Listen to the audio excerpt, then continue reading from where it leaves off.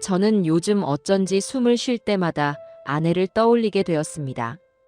아내가 세상을 떠난 지 어느덧 5년이 흘렀지만 그 빈자리가 자꾸만 커지는 기분이에요.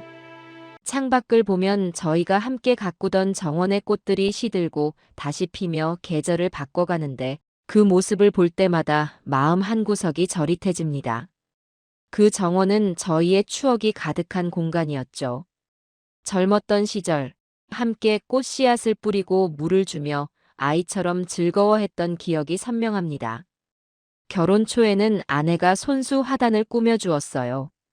저는 그때 회사 일로 바빠서 주말도 없이 일만 했지만 아내는 늘 웃으며 저를 기다려 주었습니다. 한 번씩 주말에 시간이 나면 저는 아내와 함께 땀을 흘리며 땅을 고르고 모종을 심었어요. 그리고 어느새 그 정원은 화려하고 푸른 공간으로 변했지요. 아내의 정성 때문인지 저는 힘들 때마다 그 정원을 바라보면 묘하게 마음이 편안해지곤 했습니다. 한참 시간이 지나 사업이 크게 성장하고 자리를 잡았을 때도 변치 않는 것은 아내와 정원이었어요. 그 뒤로 저희 부부는 이 저택을 마련했고 거실 창문을 열면 바로 정원이 보이게 설계했죠. 그게 우리 삶의 오랜 꿈이었거든요. 아들은 이 집에서 태어났습니다. 제가 그날도 회사에 나가 있으려 했는데 아내가 새벽부터 몸이 이상하다며 병원에 가자고 하더군요. 결국 저는 그날 갑자기 일을 접고 아내 곁에 머물렀습니다. 그리고 세상에 처음 온 아이가 바로 강준혁이었죠. 한때는 준혁이를 보며 이 녀석이 우리 가문을 빛내줄 거라고 기대가 컸어요. 아이라서 더없이 순수하고 또 한없이 사랑스러웠지요. 회사의 사업이 날로 커져갈 무렵, 저는 바삐 움직이느라 아이의 성장 과정을 곁에서 지켜보지 못했어요. 늘 미안한 마음이었지만 가족을 위해 더 좋은 환경을 만들어줘야 한다는 생각이 컸습니다. 아내도 저를 이해해 주어 늘 고마웠습니다. 하지만 그 대가가 이렇게 돌아올 줄은 예전에는 상상조차 못했어요. 제 건강은 원래부터 그리 튼튼한 편이 아니었습니다. 그래도 아내가 살아있을 때는 챙겨주는 손길 덕분인지 큰 문제 없이 잘 버텼죠. 그러다 아내가 떠난 뒤로는 점점 기력이 쇠약해지는 느낌을 받았어요. 처음엔 단순히 나이 탓이라고 생각했지만 작년부터 병원을 자주 다니게 되었습니다. 가슴이 답답하고 머리가 어지러질할 때가 늘어나서 검사도 여러 번 했죠. 아직 대단히 위중한 병은 아니라고 합니다만 의사들은 과도한 스트레스가 누적된 거라고 말했어요. 얼마 전 저는 중요한 결심을 내렸습니다. 평생 쌓아온 재산과 회사 주식을 대부분 사회에 환원하기로 한 것이죠. 겉으로는 그저 세상을 위해 무언가를 남기고 싶다는 이유라고 말했지만 사실은 아내가 늘 나중에 힘들고 어려운 사람들에게도 희망을 주면 좋겠다고 이야기해왔거든요. 그 생각을 실천에 옮기는 것, 그게 제 마지막 소명처럼 느껴졌어요. 그래서 제 변호사인 박 변호사에게 연락해 유언장을 새로 작성했습니다. 재산의 80%를 기부한다는 내용이 골자였는데 그때까지만 해도 아들과 며느리가 이토록 반발할 줄은 몰랐습니다. 물론 혼란스러워할 거라는 예감은 있었지만 이렇게까지 등 뒤에서 음흉한 계획을 꾸릴 거라고는 상상 못했어요. 그렇게 유언장 작업을 마친 뒤 저는 서재에서 한동안 가만히 앉아 있었습니다. 마음 한구석에 묘한 떨림이 느껴졌어요. 이제 정말 마지막 준비를 하는 것일지도 모르겠구나 하는 생각이 들었습니다. 아직 죽음을 두려워하지는 않지만 아내가 없는 이 세상에서 더 지체하고 싶지도 않았거든요. 저는 그저 아들에게 작은 보탬 정도만 해주고 나머지는 아내의 소망을 위해 쓰자고 마음먹었습니다. 그 결정이 모든 비극의 시작이 될 줄은 꿈에도 몰랐죠. 점점 저는 제 결정이 아들과 며느리에게 큰 불만으로 다가왔음을 느꼈습니다. 아침 식탁에서 그들의 대화나 표정이 이전과 사뭇 달랐어요. 가끔 제가 몸이 아파 병원에 간다고 하면 마치 흥분된 기색이 역력했습니다. 그때까지만 해도 저는 내가 지나치게 예민해진 건가 하고 넘겼어요. 하지만 어느 날 서재 문 뒤에서 우연히 듣게 된 이야기는 저를 큰 충격으로 몰아넣었습니다. 아들이 서재에서 며느리와 대화를 나누고 있었습니다. 저는 그날도 아침 일찍 일어나 산책을 하려고 복도를 지나다가 반쯤 열린 서재 문틈으로 그들의 목소리를 들었습니다. 준혁 씨, 정말 그대로 두면 우리 손에 남는 거 하나도 없겠어요. 며느리 서미연의 목소리가 날카롭게 흔들리고 있었습니다. 아버님 재산이 너무 큰데 사회에 죄다 퍼준다는 게 말이 돼요? 그 말에 아들의 낮은 한숨 소리가 들렸습니다. 그래서 박 변호사랑 따로 얘기 좀 해보려고.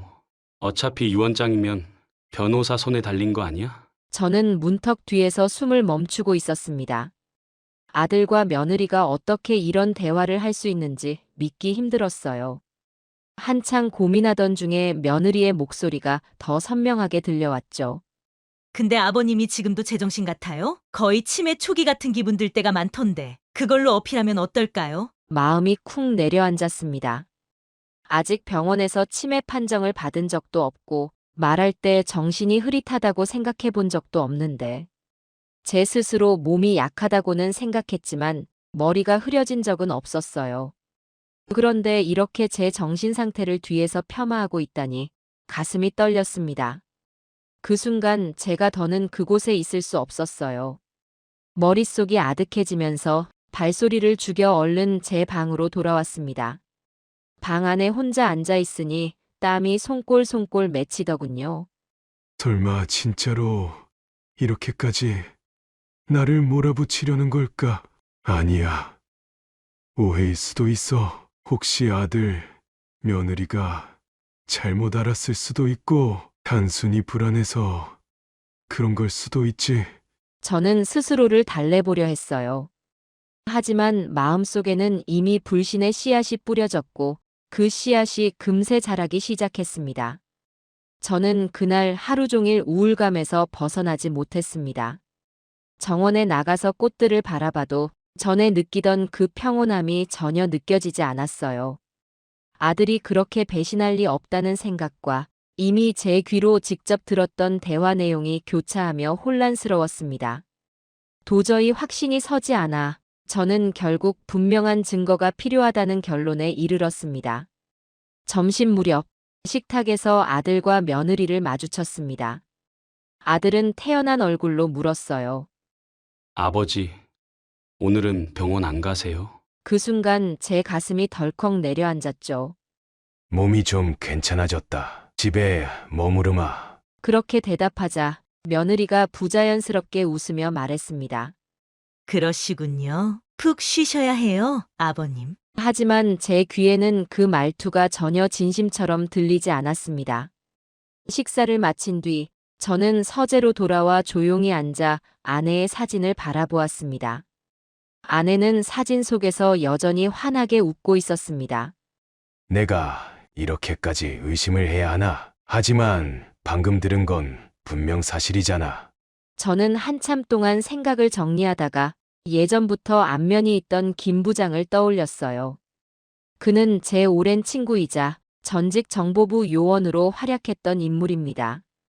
누구보다 치밀하고 정확하게 일을 처리하는 사람이었죠. 지금은 김 부장의 도움이 필요하겠군. 저는 바로 김 부장에게 전화를 걸었습니다.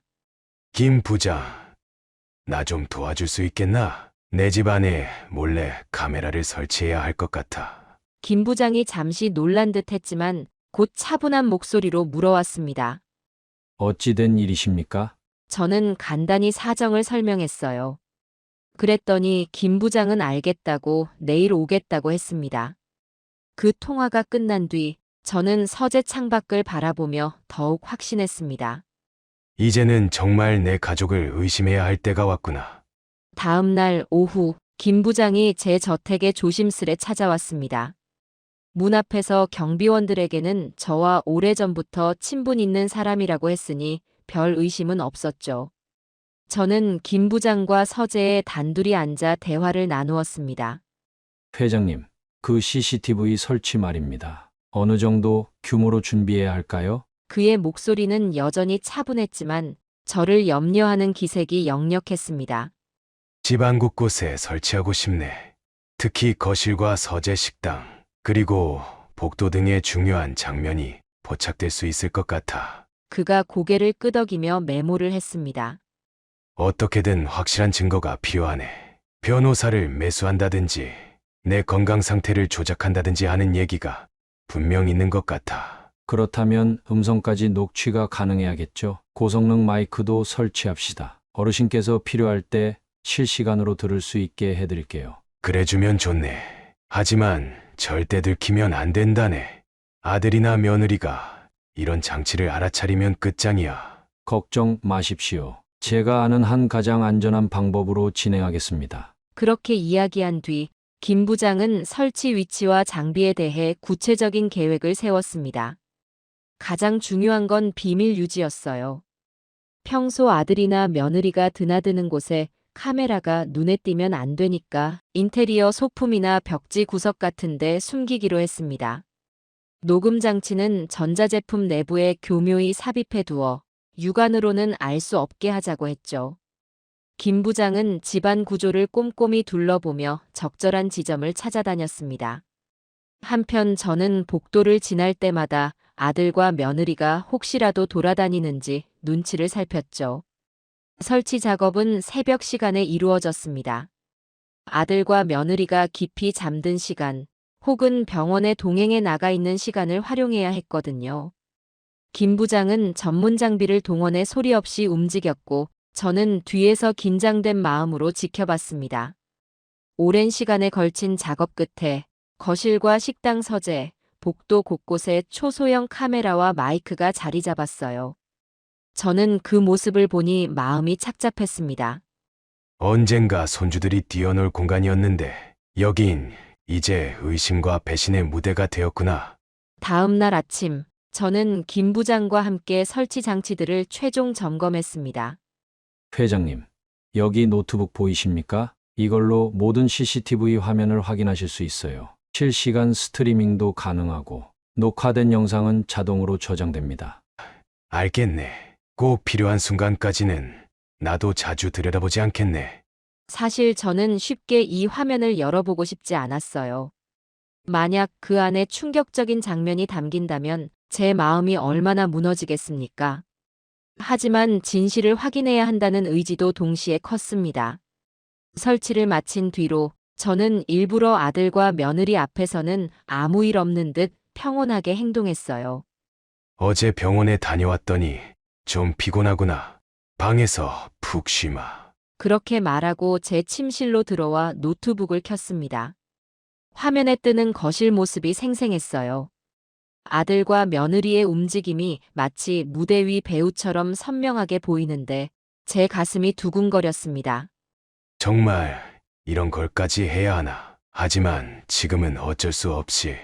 이틀 정도는 별다른 움직임이 없었습니다. 아들과 며느리는 평소처럼 식사를 하고 서로 대화도 대수롭지 않은 내용뿐이었죠.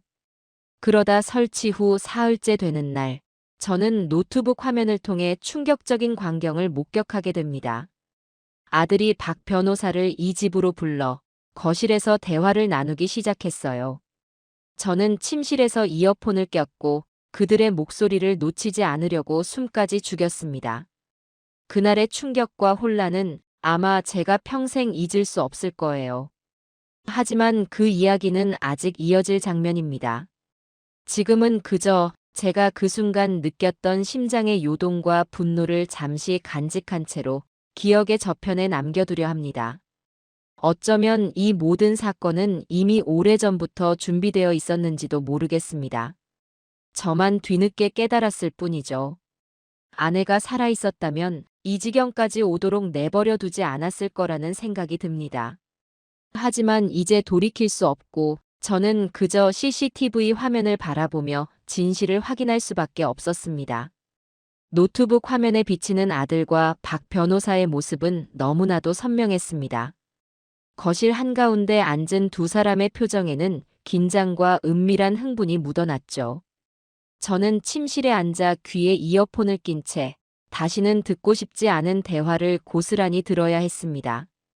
그들은 제가 없는 틈을 이용해 만나고 있었고 그 만남이 절대 평범한 성격이 아니라는 것이 뚜렷이 느껴졌어요. 카메라 속 아들의 손에는 두툼한 서류 봉투가 들려 있었습니다. 저는 본능적으로 그 안에 들어있는 것이 무엇인지 짐작할 수 있었습니다. 박 변호사님, 제가 아버지 뜻을 그대로 따르기는 어려울 것 같습니다. 아들의 목소리는 낮고 차가웠습니다. 기부라니, 말도 안 되죠. 저한테 돌아와야 할 몫이 분명 있는데 다 빼앗길 순 없잖아요. 강 회장님이 아직 큰 지병은 없으신 걸로 알고 있는데요. 박 변호사는 조심스레 말을 꺼냈습니다. 현재 유언장이 효력이 유지되려면 강 회장님이 정신적으로 아무 문제가 없어야 합니다. 그러니까 문제를 만들어야죠. 치매 증상이 있다는 증거를 만들면 되지 않겠습니까? 아들의 입에서 거침없이 흘러나오는 말은 무언가를 이미 결심했다는 확신을 주었습니다. 하지만 주치의가 가짜 진단서를 써줄지 모르겠네요. 그 점이 관건입니다. 박 변호사는 미간을 좁히며 고민에 빠진 표정이었죠. 그건 제가 따로 알아보겠습니다. 의사 한 명만 매수하면 될 테니까요. 여기 우선 변호사님 사례금부터 받으세요. 아들은 서류 봉투를 박 변호사 앞으로 밀어놓았습니다. 봉투가 탁자 위에서 미끄러지며 안에 들어있는 돈 묵직한 느낌이 화면 너머까지 전해졌어요. 이건 생각보다 큰 금액인데요. 박 변호사는 작게 탄성을 내질렀습니다. 정신감정 문제만 확실히 처리할 수 있다면 유언장 효력에 손을 대는 건 어렵지 않습니다. 그 순간 저는 온몸이 굳어버린 듯 했습니다. 마치 누군가 제 심장을 꽉 쥐고 비트는 기분이었어요. 저는 무릎 위에 놓인 손을 꽉 쥐었습니다. 그리고 그 손이 떨리고 있다는 사실을 깨닫고 스스로를 붙들어야 했습니다. 화면 속 아들은 더없이 냉정해 보였습니다. 그 눈빛은 제가 알고 있던 어린 시절 아버지하고 제 품에 뛰어들던 아이와 완전히 달랐죠. 하얀 이를 드러내며 사악하게 웃는 표정이 낯설어서 제 가슴이 더 철렁 내려앉았습니다. 대화는 더 구체적인 내용으로 흘러갔습니다. 서류에 대한 검토, 법정에서 대응할 수 있는 전략, 그리고 제가 만약 반발할 경우에 대비한 계획까지. 그 모든 이야기가 너무나 침착하게 오갔습니다. 아들과 변호사는 이미 꽤 오래전부터 이 수작을 준비해온 것처럼 보였어요. 저는 도무지 믿기지 않아 혹시나 녹음 상태가 잘못되어 내가 오해하는 건 아닐까 싶었습니다. 하지만 이어폰에서 들려오는 목소리는 의심할 여지 없었고 눈앞에 펼쳐진 장면 또한 분명한 현실이었습니다. 그들은 번갈아가며 치밀하게 음모를 논의하고 있었고 그 음모의 대상은 바로 저였습니다. 대화가 끝나갈 무렵 박 변호사는 무거운 봉투를 품에 넣으며 작은 미소를 띄었습니다. 그러면 강 회장님께서는 조만간 종합검진을 받으셔야겠네요. 제가 일정 한번 잡아보겠습니다. 네, 부탁드립니다. 어떻게든 정신감정이라는 명목으로 아버지를 몰아붙일 근거가 필요하니까요. 아들의 목소리에 서늘한 기운이 감돌았습니다. 그러고 나서 두 사람은 가벼운 인사를 주고받았습니다. 아들은 박 변호사를 현관까지 배웅했고 화면 너머로 둘의 뒷모습이 점차 멀어졌죠. 거실이 다시 텅 비게 되자 저는 이어폰을 빼고 숨을 크게 내쉬었습니다. 제 심장은 미친 듯이 뛰고 있었고 손바닥에는 식은땀이 한가득이었습니다. 정말 저 녀석이 중얼거리며 저는 노트북을 덮어버렸습니다. 그리고 한동안 아무것도 하지 못한 채 침실 벽을 멍하니 바라보았습니다. 오래전 아들과 함께 공놀이를 하며 웃던 기억들이 슬프게 아른거렸어요. 저는 한동안 제 감정을 추스르지 못했지만 어쩔 수 없이 다시 노트북을 열어 다른 장면들을 확인했습니다. 어쩌면 며느리도 함께 계획하고 있을지 모른다는 의심이 들었기 때문입니다. 하지만 당일에는 별다른 녹화 장면이 없었습니다. 며느리는 외출을 했는지 거실이나 복도의 모습을 보이지 않았어요. 저는 다행이라 생각하면서도 마음속 깊은 곳에서는 불안한 예감이 떠나지 않았습니다. 하룻밤을 꼬박 뒤척이다가 다음 날 아침이 오자마자 김 부장에게 전화를 했습니다. 김 부장, 정말 내 예상이 맞았네. 준혁이가 변호사에게 뇌물을 줘서 내 정신 상태를 문제 삼으려 하고 있어. 그렇습니까? 회장님, 더 확실한 증거들이 필요합니다. 혹시 며느리 쪽 움직임도 살펴보셔야 할 것 같은데요. 그래야겠지.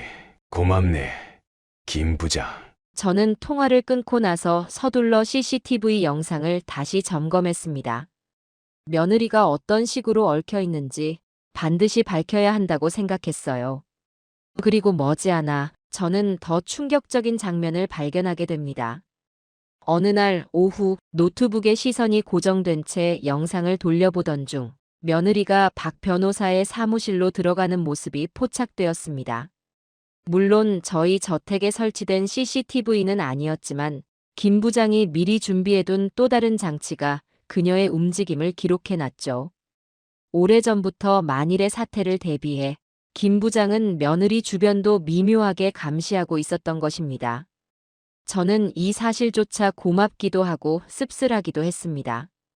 영상을 재생해보니 며느리가 검은색 코트를 걸치고 조심스레 사무실 문을 열고 들어갔습니다. 박 변호사의 사무실 내부는 보이질 않았지만 설치된 녹음 장치 덕분에 며느리의 목소리와 대화가 또렷하게 들렸습니다.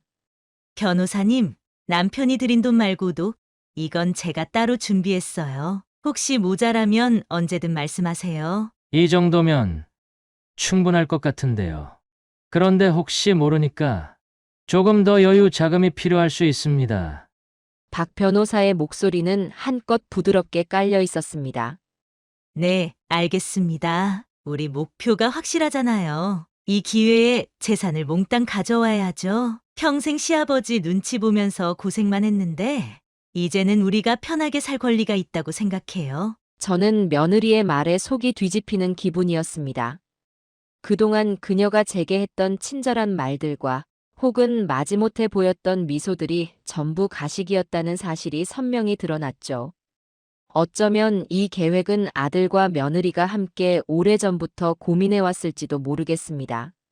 아버님은 제가 어릴 때부터 정말 무심했어요. 남편 말로는 아버님이 늘 사업만 중요시했다고 하더라고요. 우리가 어떻게 살았던 건지 전혀 관심도 없었죠. 그러니 이젠 우리 몫을 제대로 받아낼 때가 됐다고요. 그 순간 며느리의 목소리는 억울함과 분노를 동시에 품고 있는 듯 들렸습니다.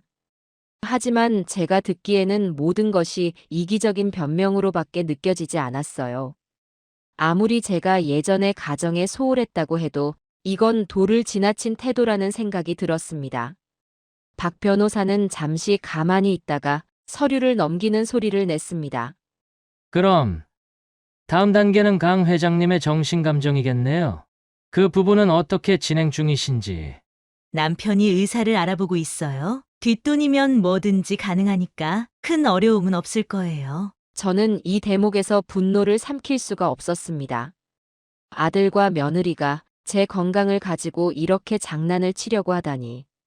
지금껏 그들을 믿으며 한 집에서 살아온 지난 시간들이 너무나 허무해졌습니다. 대화는 한참이나 더 이어졌고 며느리는 박 변호사에게 여러 가지 서류를 건네주는 듯 했습니다.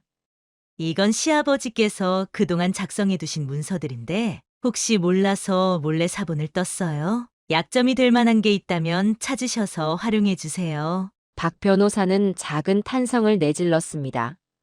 어휴, 이 정도 서류라면 충분히 아드님 쪽에 유리하게 역이용할 수 있겠습니다. 회장님이 자칫 과거에 무리하게 사업을 진행했다는 인상만 줘도 재판이나 공증 과정에서 불리하게 만들 여지가 있죠. 영상 밖에서도 저는 뭔가 철렁 내려앉는 느낌을 받았습니다.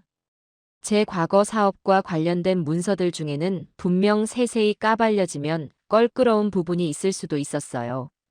물론 불법까지는 아니었지만 경쟁사와의 치열한 대립이나 내부적으로 추진했던 몇 가지 합병 과정 등 오해를 살 만한 자료가 없지 않았으니까요. 그리고 그것을 며느리가 엿보고 있었다니 정말 치가 떨렸습니다. 대화의 말미에 며느리는 한껏 자신감 넘치는 목소리로 이렇게 말했습니다. 아버님이 젊었을 때 무리해서 돈을 벌었다는 이미지를 만들어서 지금의 판단 능력도 의심하게 만들면 되죠? 어떤 식으로든 불안정한 정신을 증명할 빌미가 필요한 거예요. 그 말이 끝나자 박 변호사는 낮게 웃었습니다. 알겠습니다. 조만간 다시 연락드리겠습니다. 계획대로 진행되면 많은 부분에서 유리하게 작용할 겁니다. 그렇게 녹음은 끝났고 며느리가 사무실 밖으로 나가는 장면이 잠시 후에 화면에 잡혔습니다. 저는 마치 누군가 뒤통수를 세게 얻어맞은 듯 자리에서 일어날 수가 없었습니다. 이토록 체계적으로 음모를 꾸밀 줄은 상상도 못했거든요. 그리고 또 한 가지, 제 머릿속을 스쳐가는 의문이 있었습니다. 도대체 얼마나 오래전부터 나를 속여온 걸까? 아들은 어린 시절부터 한결같이 무심한 편이었지만 적어도 제 앞에서는 존중하는 척이라도 했습니다. 며느리 역시 마찬가지였고요. 하지만 이제 그 모든 게 연극이었다고 생각하니 참담함과 분노가 뒤섞여 가슴속에서 소용돌이를 쳤습니다. 한편 저는 이런 증거들을 그냥 놔두고만 있을 수 없다고 느꼈습니다. 그렇다고 지금 당장 직면해서 큰 소리를 낼 수도 없었어요. 그들에게 또 다른 대비책을 마련할 시간을 줄 뿐이니까요. 저는 더 신중하게 움직이기로 했습니다. 그날 저녁 아들과 며느리가 돌아온 뒤에도 저는 평소처럼 침착하게 행동했습니다. 식사 자리에서 어색한 미소를 지어 보였고 아들이나 며느리의 눈치를 살폈습니다. 둘은 제가 전혀 이상한 낌새를 못 챈 줄 알고 오히려 더 자연스럽게 이야기를 주고받았어요. 저는 최대한 표정을 감춘 채 집안 분위기에 맞춰 작은 농담까지 건네보았습니다. 그러나 속으로는 내일이면 어떤 녹화나 녹음이 추가로 남겨질지 그것만을 생각하며 잠자리에 들었습니다. 그리고 이튿날 마침내 그들이 의사를 매수하려는 흔적을 노골적으로 드러내기 시작했죠. 저는 또 다른 영상을 통해 아들과 며느리가 제 주치의를 찾아가는 장면을 확인했습니다. 주치의가 있는 병원 복도에서 아들이 기다리고 있다가 며느리를 맞이하더군요. 저는 김 부장이 설치해둔 녹음 장치 덕분에 그들의 대화를 적나라하게 들을 수 있었습니다. 우리 교수님은 신념이 꽤 강하신 분이라던데 그래도 돈이면 다 되겠죠? 며느리가 희죽 웃으며 아들 쪽으로 몸을 숙였습니다. 걱정 마. 박 변호사가 이런 쪽으로는 수완이 좋잖아. 교수님도 사람인지라 어떤 식으로든 우리 제안을 받아줄 거야. 하지만 예상 외로 주치의는 그들을 단칼에 거절했습니다. 무슨 소리합니까? 강 회장님은 아직 정신이 또렷하시고 전혀 치매 증상이 없어요. 저에게 가짜 진단서를 쓰라고 하시다니 의사 윤리를 농락하는 겁니까? 병원 복도 쪽으로까지 고성이 새어나오는 듯 했지만 아들과 며느리는 결국 빈손으로 돌아갔습니다. 그리고 화면 속 아들의 표정은 굳어 있었습니다. 젠장, 이 정도 돈으로는 넘어오지 않는단 말이야. 아마 더 거액을 제시해도 소용없을 것 같아. 그가 주치의 사무실 문을 쾅 닫고 나오며 씩씩거렸습니다. 그러면 다른 의사를 알아보자고요. 굳이 주치의가 아니더라도 나이 많은 환자라면 다른 병원 기록 하나만 살짝 바꿔도 되잖아요. 며느리 역시 전혀 포기할 기색이 없었습니다. 두 사람은 복도 끝으로 사라지면서도 계속 뭔가를 의논하고 있었습니다. 그들의 목소리가 끊긴 후 저는 한참 동안 노트북 화면을 멍하니 바라보다가 다시금 결심을 굳혔습니다. 여기서 그들을 막지 않으면 더 파렴치한 방식으로 접근할 게 불보듯 뻔했습니다. 그렇다고 해서 당장 경찰에 고발하거나 공론화해서 스캔들을 키우는 건 다른 문제였습니다. 이는 단순한 가족 문제라고 치부하기엔 이미 제 재산과 명예가 걸린 너무나도 큰 사건이었고 회사의 주주나 이해관계자들에게도 치명상을 줄 수 있었습니다. 저는 더 철저하고 확실한 방법으로 그들의 음모를 폭로해야 한다고 생각했어요. 결국 김 부장과 상의 끝에 저는 제 오랜 지인이자 유능한 변호사로 이름 높은 정 변호사를 찾아가기로 결정했습니다. 정 변호사는 한때 대법원장직까지 역임한 인물로 법의 허점을 꿰뚫고 있는 베테랑이었습니다. 다음 날 아침 저는 몸이 좋지 않다는 핑계를 대며 집 안에서 조용히 지냈고 저녁 무렵이 되어서야 비밀리에 정 변호사와 접촉했습니다. 안전을 위해 저희 저택이 아닌 외부 장소에서 만났죠. 오래전부터 알고 지낸 사이여서 서로 믿을 수 있었고 정 변호사도 저를 진심으로 아껴주는 분이었습니다. 우리는 근교에 자리한 작은 별장에서 비밀리에 만나 CCTV와 녹음 파일 일체를 검토했습니다. 정 변호사는 화면을 보면서 몇 번이나 고개를 내저었습니다. 이건 상상을 초월하는 파렴치한 행위입니다. 어떻게 이럴 수 있습니까? 나도 믿고 싶지 않네. 하지만 지금은 이걸 토대로 조용히 법적 조치를 준비해야 할 것 같네. 그렇죠. 앞서 작성하셨던 유언장도 다시 손보셔야겠어요. 박 변호사가 물러서지 않고 끝까지 어떻게든 조작하려 들 테니까요. 저는 그 자리에서 정 변호사와 함께 새로운 유언장을 초안으로 만들어 봤습니다. 기존에는 재산의 80%를 기부하고 나머지를 아들에게 일부 남겨둔 형태였지만 이제는 생각이 달라졌습니다. 이런 자식에게 무슨 유산을 남겨야 한단 말인가? 나는 오히려 더 많은 금액을 사회에 돌려야겠어. 결국 우리는 재산의 99%를 공익재단으로 옮기는 조항을 마련하고 그 남은 1%조차도 아들이 제정신으로 반성하고 새 출발할 때에만 준다는 조항을 달았습니다. 더 나아가 회사 주식 대부분을 공익재단에 넘기고 아들이나 며느리가 경영에 개입할 수 없도록 철저히 방어 장치를 마련했죠.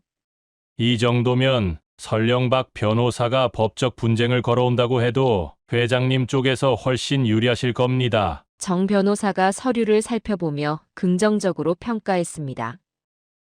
알겠네. 그럼 내가 돌아가면 일단 저들과 대면할 날짜를 잡도록 하지. 가족회의라는 명목으로 모두 불러서 한 번에 정리해야 할 것 같네. 그렇게 이야기를 마무리하고 우리는 별장을 나섰습니다. 저는 돌아가는 차 안에서 창밖으로 서서히 저물어가는 해를 바라보았습니다. 내가 이렇게까지 해야 하다니. 하지만 그래야만 하는 상황이 되어버렸군. 다음 날 저는 집에 돌아오자마자 아들과 며느리에게 메시지를 보냈습니다. 내일 오후 3시에 거실로 모이게나. 유언장과 재정 문제에 대해 할 이야기가 있네. 그들은 메시지를 받고 표정이 싱글벙글해졌습니다. 제가 아직 녹화를 보고 있다는 사실을 모르니까요. 아들은 며느리에게 살짝 속삭이듯 말하더군요. 역시 아버지가 마음을 바꾸셨나 봐. 언제 정신감정을 받아보라는 얘기를 흘려듣더니 결국 후회하는 거지 뭐. 며느리는 커다란 웃음을 지으면서 고개를 끄덕였습니다. 우리 힘든 일도 곧 끝나겠네요. 잘 됐어요. 저는 그 말을 듣고 더욱 단단한 의지를 다졌습니다. 이제 저들이 지은 죄를 그대로 되돌려줄 때가 왔다. 다음 날 예고한 시간에 맞춰 저는 정 변호사를 비롯해 김 부장까지 불렀습니다. 가족 회의라고 했지만 사실상 결정적 증거를 공개하는 자리였죠. 박 변호사도 역시 그 자리에 초대했습니다. 어차피 저들이 제대로 몸을 숨기지 못하게 만들려면 모두 함께 있어야 하거든요. 마침내 오후 3시 거실에 모인 이들은 각자 다른 표정을 짓고 있었습니다. 아들과 며느리는 기대에 가득 찬 얼굴이었고 박 변호사는 약간 긴장한 기색이었습니다. 정 변호사는 의연하게 서류철을 들고 서 있었고 김 부장은 조용히 뒤편에서 상황을 지켜보고 있었죠. 저는 모두에게 인사를 건네고 준비해둔 대형 스크린을 켰습니다. 오늘 모인 이유를 말하기 전에 먼저 같이 볼 영상이 있네. 그 순간 아들과 며느리는 약간 당황한 표정을 지었습니다. 저는 노트북을 조작해 아들이 박 변호사에게 돈을 건네고 또 며느리가 박 변호사 사무실을 찾았던 장면 등 핵심 부분을 재생했습니다. 음성까지 생생하게 들렸죠. 장면이 바뀔 때마다 아들과 며느리의 얼굴빛은 점점 싸늘해졌습니다. 특히 며느리는 처음에는 억울한 표정을 지으려다가 결국 화면에 노골적으로 드러나는 자기 모습을 보자 입을 꾹 다물어 버렸습니다. 박 변호사는 식은땀을 흘리는지 손수건을 꺼내 이마를 닦고 있었어요. 영상이 끝나자 저는 방 안의 정적을 깨트리며 물었습니다. 준혁아, 미연아, 이거 어떻게 설명할래? 그러자 아들은 비틀거리듯 일어나서 뭔가 변명하려 했지만 말문이 쉽게 열리지 않는 듯 했습니다. 아버지, 그건 그냥 저희가 잘못 이해한 부분이 있어서. 며느리도 불이 나게 거들었습니다. 맞아요. 저건 맥락이 잘못 전달된 거예요. 우리가 재산 문제를 조금 상의하려고 했던 것뿐이지 아버님을 해치려는 의도는 아니었어요. 저는 침착하게 손을 들어 그들의 말을 막았습니다. 그리고 고개를 돌려 박 변호사를 바라봤죠. 박 변호사, 자네도 할 말이 있나? 박 변호사는 변호사 특유의 말솜씨로 모든 상황을 무마하려 애쓰려 했지만 이미 증거 화면에 자신이 돈을 받는 모습이 고스란히 잡혀 있었습니다. 그는 결국 망연자실한 표정으로 서 있었습니다. 회장님, 그게 아니라 제가 잠시 정신이 혼미해서 정말 죄송합니다. 이렇게까지 될 줄은 몰랐어요. 그가 연신 허리를 숙였지만 저는 전혀 동요되지 않았습니다. 오히려 정 변호사가 무표정하게 그를 응시하고 있었죠. 그리고 김 부장이 살포시 앞으로 다가서며 이 모든 증거 자료를 꽉 쥐고 있다고 암시했습니다. 준혁아, 미연아, 난 너희가 혹시라도 진심으로 반성할 기회를 잡길 바랐다. 그래서 그동안 조용히 지켜본 거야. 제가 조용히 말하자 아들은 고개를 들고 어이없다는 듯 웃었습니다. 아버지, 그럼 우리가 뭐 어쩌길 바라셨는데요? 처음부터 아버지가 우릴 무시하고 평생 회사만 챙기셨잖아요. 이제 와서 도덕적으로 훈계하시겠다고요? 그 말에 며느리도 가담해 목소리를 높였습니다. 네, 맞아요. 아버님이 우리한테 신경이나 썼나요? 돈 벌어서 뭐 하셨는데요? 결국 우리 보고는 다 포기하라고 하시면서 본인은 가진 걸로 다 해보셨잖아요. 저는 이 지경까지 된 상황이 기막혔지만 어쩌면 이게 그들의 진짜 속마음이라는 생각이 들어 씁쓸했습니다. 그리고 이 자리에서 모든 걸 마무리해야겠다고 느꼈습니다. 그래, 어쩌면 내가 부족한 아버지였을 수도 있지. 하지만 이건 도가 지나쳤어. 재산을 노리고 변호사를 매수하고 내 정신을 흔들려 했다는 거. 그게 가족이라고 할 수 있나? 정 변호사가 준비해둔 서류를 꺼내며 차분히 발표하듯 말했습니다. 여기 증거 자료와 함께 새로 작성한 유언장 초안이 있습니다. 회장님 뜻에 따라 재산의 99%는 공익재단으로 이전하고 나머지 1%도 일정 조건이 충족될 때만 아드님에게 돌아가도록 했습니다. 그 순간 거실 안 공기가 얼어붙었습니다. 아들과 며느리는 서로를 쳐다보며 경악한 표정을 지었죠. 아들은 의자에서 벌떡 일어나고 며느리는 손바닥으로 입을 틀어막았습니다. 한동안 침묵이 흘렀고 둘은 현실을 받아들이지 못한 얼굴이었습니다. 결국 아들이 먼저 입을 열었습니다. 말도 안 돼. 재산을 싹 다 공익재단으로 넘긴다니. 그럼 우린 뭐가 남아요? 아버지, 장난하시는 겁니까? 며느리도 흥분한 목소리로 거들었습니다. 맞아요, 아버님. 우리가 아무것도 못 받는다고요? 이건 정말 말이 안 되잖아요. 설마 우리 완전히 배제하려고 작정하신 거예요? 저는 차가운 시선으로 그들을 바라봤습니다. 이미 이 자리에 모이기 전에 모든 정황을 파악하고 증거를 모았기에 흔들리지 않았죠. 정 변호사가 대신 서류를 탁자 위에 펴놓으며 또렷하게 말했습니다. 여기 기재된 대로라면 현재 작성된 유언장보다 훨씬 강력하게 아드님과 며느님을 배제할 수 있습니다. 물론 약간의 예외 조항은 남아있지만요. 그 말에 며느리는 울상이 되면서도 억울함을 가장해 울먹이는 듯한 목소리를 냈습니다. 아버님, 저희가 뭘 그렇게 잘못했나요? 평생 아버님을 모시며 고생했는데 이런 식으로 우리를 내치시면 우린 정말 어떻게 살라고요? 하지만 저는 이미 마음을 굳게 먹었습니다. 그들의 눈물 어린 표정이 전혀 진정성 있게 보이지 않았거든요. 아들의 목소리가 갈수록 격앙되었습니다. 아버지, 저희도 가만히 있진 않을 겁니다. 지금이라도 생각을 고쳐 먹으세요. 이렇게까지 몰아붙이면 우리도 가만히 있지 않을 거라고요. 그 말을 듣자 저는 제 안에 쌓여있던 분노가 서서히 고개를 들었지만 표정만은 흔들리지 않았습니다.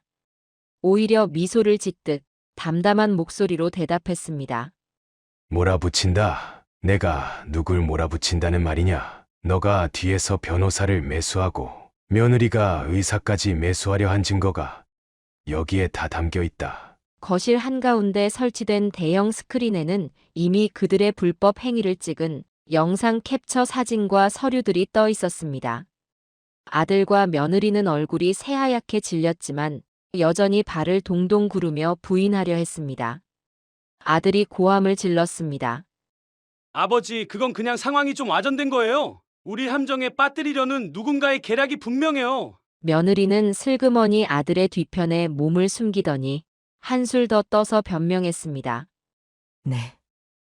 맞아요. 저희가 변호사님께 상담은 좀 했지만 그게 뇌물이니 뭐니 하는 식으로 비춰진 건 오해라고요. 아버님 제발 믿어주세요. 하지만 정 변호사가 단호히 고개를 저었습니다. 이미 금액이 적힌 봉투를 전달하는 장면, 그리고 유언장을 불리하게 바꾸도록 종용하는 대화가 고스란히 녹음돼 있습니다. 오해라고 하기엔 너무나 명백합니다. 그는 탁자 위에 봉투 사진과 함께 녹취록의 일부 내용을 인쇄한 서류를 펼쳐 보였습니다. 거기에는 아들이 직접 박 변호사에게 사례비로 5억 원을 건넨 정황이 적나라하게 기록되어 있었습니다. 며느리의 비상금 운운하던 내용도 그대로였죠. 그 장면을 본 아들과 며느리는 더 이상 할 말을 찾지 못한 채 고개를 숙였습니다. 잠시 후 아들이 억지로 허탈한 웃음을 흘리며 고개를 들었습니다. 그래요. 우리가 한두 번 그런 얘기를 했다고 칩시다. 그렇다고 해서 아버지가 이렇게 우릴 한 방에 내칠 수 있다고 생각하세요? 아들의 눈빛에는 마지막 자존심 같은 게 섞여 있었습니다. 자신이 이 집의 적통이라는 자부심이겠지요. 그는 악에 받친 목소리로 덧붙였습니다. 어차피 아버지 죽으면 이 집도 회사 지분도 다 내 차지가 될 텐데 뭐가 그리 급하셔서 이러는 겁니까? 우리도 우리 나름대로 생각이 있다고요. 그 순간 김 부장이 뒤에서 헛기침을 하며 말했습니다. 준혁 씨, 이미 법적으로 상황이 달라진 걸 모르십니까? 강 회장님이 이 저택과 재산 전부를 재단으로 이전한다면 설령 회장님께서 돌아가셔도 자동으로 공익재단 소유가 됩니다. 유언장을 보셔서 알겠지만 이건 아주 빈틈없이 작성된 서류예요. 정 변호사도 거들었습니다. 재판 과정을 거치면 강준혁 씨와 서미연 씨는 사실상 상속권을 상당 부분 박탈당할 공산이 큽니다. 거기에다가 변호사 매수와 유언장 조작 기도는 엄연히 불법 행위입니다. 곧 민형사상 처벌도 받을 수 있다는 걸 알아두셔야 합니다. 아들은 견디다 못해 테이블을 손바닥으로 세게 내리쳤습니다. 끝까지 처벌 받아줄게요. 근데 아버지가 진짜 이러실 거예요? 어차피 우리한테서 벗어나고 싶어서 이러는 거라면 차라리 날 낳지 말지 그러셨어요. 그 말이 튀어나오자 며느리도 마치 기다렸다는 듯 울분을 터뜨렸습니다. 저도 똑같아요. 아버님이 재산을 기부하시든 말든 저희한테 한마디 상의 없이 이렇게 통보만 해버리니 우리가 무슨 허수아비예요? 가족이라고 부르던 게 다 거짓말이었나요? 두 사람의 항의와 분노가 거실 안을 온통 뒤흔들었지만 저는 이미 흔들리지 않을 결심을 하고 있었습니다. 그들이 틈새를 찾아 해명하거나 동정심을 유발할 여지를 주지 않기로 마음먹었죠. 조용히 숨을 고른 뒤 고개를 들어 두 사람을 번갈아 바라봤습니다. 그리고 낮은 목소리로 말했습니다. 아직 재판 절차나 다른 과정이 남아있긴 하다만 너희가 이런 음모를 꾸몄다는 사실은 절대로 덮을 수 없어. 난 이미 법적으로도 만반의 준비를 해놨다. 이 저택에서 나가거라. 단호한 어투였습니다. 그 말을 들은 며느리는 눈물을 글썽이며 바닥을 내려다보았고 아들은 이를 악문 채 거칠게 숨을 몰아쉬었습니다. 잠시 누가 먼저 말을 꺼내나 팽팽한 침묵이 돌았는데 이내 아들이 또다시 목소리를 높였습니다. 이 집에서 나가라고요? 어이가 없네요.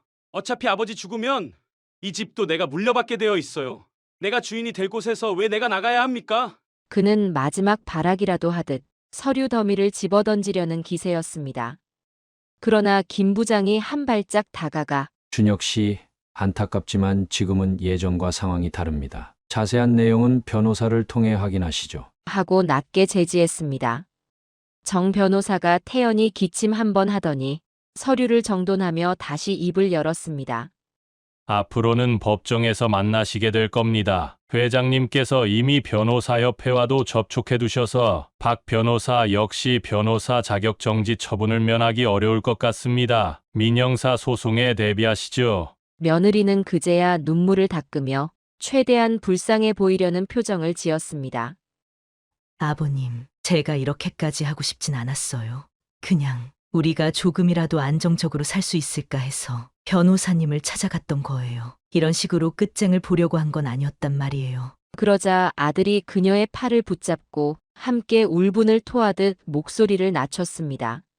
그래, 우리한테도 사정이 있었다고요. 아버지야 평생 회사만 중요시했고 우릴 제대로 챙기신 적이 있긴 해요. 결국 우리도 살기 위해 발버둥 친 건데 왜 이렇게 매정하시냐고요. 저는 그들의 호소를 묵묵히 들었습니다. 확실히 제 과거가 부정할 수 없게 바빴고 가정을 돌볼 겨를이 적었던 건 사실이니까요. 하지만 그 때문에 이렇게까지 파렴치한 행동을 해야 했던 거냐고 묻고 싶었죠. 한 번이라도 솔직하게 말했으면 달라졌을지도 모르지. 하지만 너희는 내 등을 뒤에서 찌르려 했어. 그리고 그 증거들이 이미 여기에 다 준비되어 있지 않나? 가리킨 곳에는 녹취록과 CCTV 캡처 사진들이 가득했습니다. 멀리서 지켜보던 박 변호사는 고개를 푹 숙인 채 얼굴이 벌게져 있었습니다. 아들과 며느리의 배신에 적극 가담했던 본인의 죄가 막중하다는 걸 알고 있으니 변명도 못하는 모양새였죠. 정 변호사가 마지막으로 문서를 펼쳐 보이며 선언했습니다. 이제 이 유언장에 적힌 내용은 회장님이 원하시는 대로 최종 확정 절차에 들어갈 겁니다. 거기에 더해 박 변호사를 상대로 한 징계 및 민형사 소송, 그리고 준혁 씨 부부가 기도했던 유언장 조작 시도도 정식으로 고소될 예정입니다. 아들과 며느리는 그 말을 듣고 완전히 맥이 풀린 듯 의자에 털썩 주저앉았습니다. 서로를 원망스레 바라보는 눈빛이었지만 둘 다 어떻게든 이 상황을 뒤집을 방법을 찾으려 애쓰는 기색이 역력했습니다. 아들이 신경질적으로 머리카락을 쓸어올리며 다시 한번 외쳤습니다. 아버지, 제발 한 번만 기회를 주세요. 우리가 잘못했어요. 그리고 우리가 이러려고 했던 것도 아버지가 그동안 너무나 무심했기 때문이라고요. 며느리도 재빨리 손을 모으며 고개를 숙였습니다. 네. 아버님, 다시 한 번만 생각해 주세요. 우리가 착각한 거였어요. 정말로 죄송합니다. 앞으로는 달라질게요. 믿어주세요. 그러나 저는 이미 마음을 닫았습니다. 그토록 냉혹하게 절 속이려 했던 주제에 이제 와서 반성이라고 말해봐야 공허하게 들릴 뿐이었습니다. 충분히 들었다. 난 더 이상 너희에게 줄 믿음이 남아있지 않다. 제 목소리는 낮았지만 분명했습니다. 그때 며느리가 느닷없이 표정을 싹 바꿔서 비웃는 듯한 미소를 지었습니다. 좋아요. 그럼 이렇게 나오시겠다? 어차피 우리한테 돌아올 모두 이미 충분히 뺏어가셨잖아요. 우린 가만히 있지 않을 겁니다. 사회적 파장 따위 신경 안 쓰시나 봐요? 되게 웃긴 시아버지네. 아들도 이내 같은 표정으로 돌아섰습니다. 맞아요. 아버지, 이게 끝이 아니에요. 회사가 어디 깨끗한 돈으로만 돌아갔습니까? 과거의 불법까지는 아니어도 편법과 편법을 거쳐 여기까지 온 거 모르는 사람 없다고요. 그걸 다 까발리고 싸워볼 겁니다. 저 무시하시면 큰 코 다칠걸요? 두 사람의 적의가 전면적으로 드러났습니다. 하지만 저는 이미 이런 협박쯤은 예상하고 있었습니다. 정 변호사가 씁쓸하게 웃으며 차분한 목소리로 말했습니다. 그 점도 미리 대비했습니다. 회사 내부 문제는 대부분 주주총회와 감사 절차를 통해 정리했으며 특별히 불법 사항은 없었다는 결론이 났습니다. 혹시 의혹을 제기하신다면 저희도 법적으로 충분히 대응할 수 있습니다. 김 부장이 일어서며 한 걸음 다가섰습니다. 준혁 씨, 미연 씨, 더 이상 이곳에 계시면 강 회장님께 불편만 끼치실 뿐입니다. 이제 그만 물러나시는 게 좋겠습니다. 아들과 며느리는 억울함을 참지 못해 연신 눈물을 흘리고 발을 구르며 자리를 뜨지 않으려 했지만 결국 모든 근거가 제시된 상태에서 버틸 명분이 없었습니다. 저는 그들에게 명확히 말했죠. 너희가 나가면 작은 전셋집 하나와 얼마간의 생활비 정도는 마련해 줄 생각이다. 그 이후를 어떻게 살아가든 전부 너희 몫이다. 이 집과 내가 가진 재산은 너희 손에서 완전히 떠났다. 그것이 제 마지막 선이었습니다. 그러자 아들은 끝까지 반발하며 소리를 질렀습니다. 차라리 날 낯을 말지 그랬어요. 차라리 태어나지 않았다면 이렇게까지 서럽진 않았을 거 아닙니까? 아우, 짜증나. 그 말이 비수처럼 꽂혔지만 저는 표정을 바꾸지 않았습니다. 오히려 한숨을 내쉬며 그들에게서 시선을 걷어 거실 벽에 걸린 아내의 사진을 잠시 보았습니다. 그리고 고개를 돌려 마지막으로 말했습니다. 나도 같은 심정이다. 내가 너를 낳고 이렇게까지 고통스럽게 될 줄은 몰랐다. 나가라. 그 순간 아들은 아무 말도 못하고 그대로 고개를 푹 숙였습니다. 며느리는 치를 떨듯 몸을 떨고 있었지만 끝내 제대로 된 항의를 하지 못했습니다. 박 변호사는 이미 아무 말 없이 고개만 숙인 채 현관 쪽으로 몸을 돌렸습니다. 그렇게 거실 문이 열리고 셋은 하나둘씩 뒤돌아 나갔습니다. 아들의 발걸음은 분노로 가득 차 있었고 며느리는 여전히 씩씩거리고 있었으며 박 변호사는 이마에 식은땀을 흘리는 모습이었습니다. 그들이 문 밖으로 완전히 사라지자 거실에는 무거운 침묵만이 남았습니다. 잠시 후 저는 마치 전쟁이라도 치른 듯 소파에 털썩 주저앉았습니다. 정 변호사가 조용히 제게 다가와 말했습니다. 회장님, 이제 모든 증거가 확실하니 걱정 마십시오. 이후 절차는 제가 잘 진행하겠습니다. 김 부장도 제 어깨에 손을 얹고 조심스럽게 말했습니다. 회장님, 괜찮으십니까? 오늘 같은 날이 쉽게 지나가진 않을 겁니다만, 그래도 잘 버티셨습니다. 저는 흐트러진 숨을 고르며 천천히 고개를 끄덕였습니다. 머릿속이 복잡했지만 한 가지는 분명했습니다. 나는 이 결정을 후회하지 않는다. 결국 아들과 며느리는 무거운 표정으로 집을 나섰고 박 변호사는 변호사 자격 자체가 박탈될 위기에 놓였습니다. 정 변호사와 김 부장은 제 곁을 지키며 제가 받을 충격을 조금이라도 덜어주려고 애썼습니다. 저는 그들에게 간단히 고개 인사를 하곤 거실 소파에 힘없이 몸을 기댔습니다. 그리고 천장을 바라보며 그동안 이어져 왔던 긴장감과 분노가 서서히 녹아내리는 걸 느꼈습니다. 곁에 놓인 테이블 위에는 아내의 사진이 작은 액자에 담겨 있었고 그 웃는 모습을 보는 순간 묘하게 마음 한구석이 편안해졌습니다.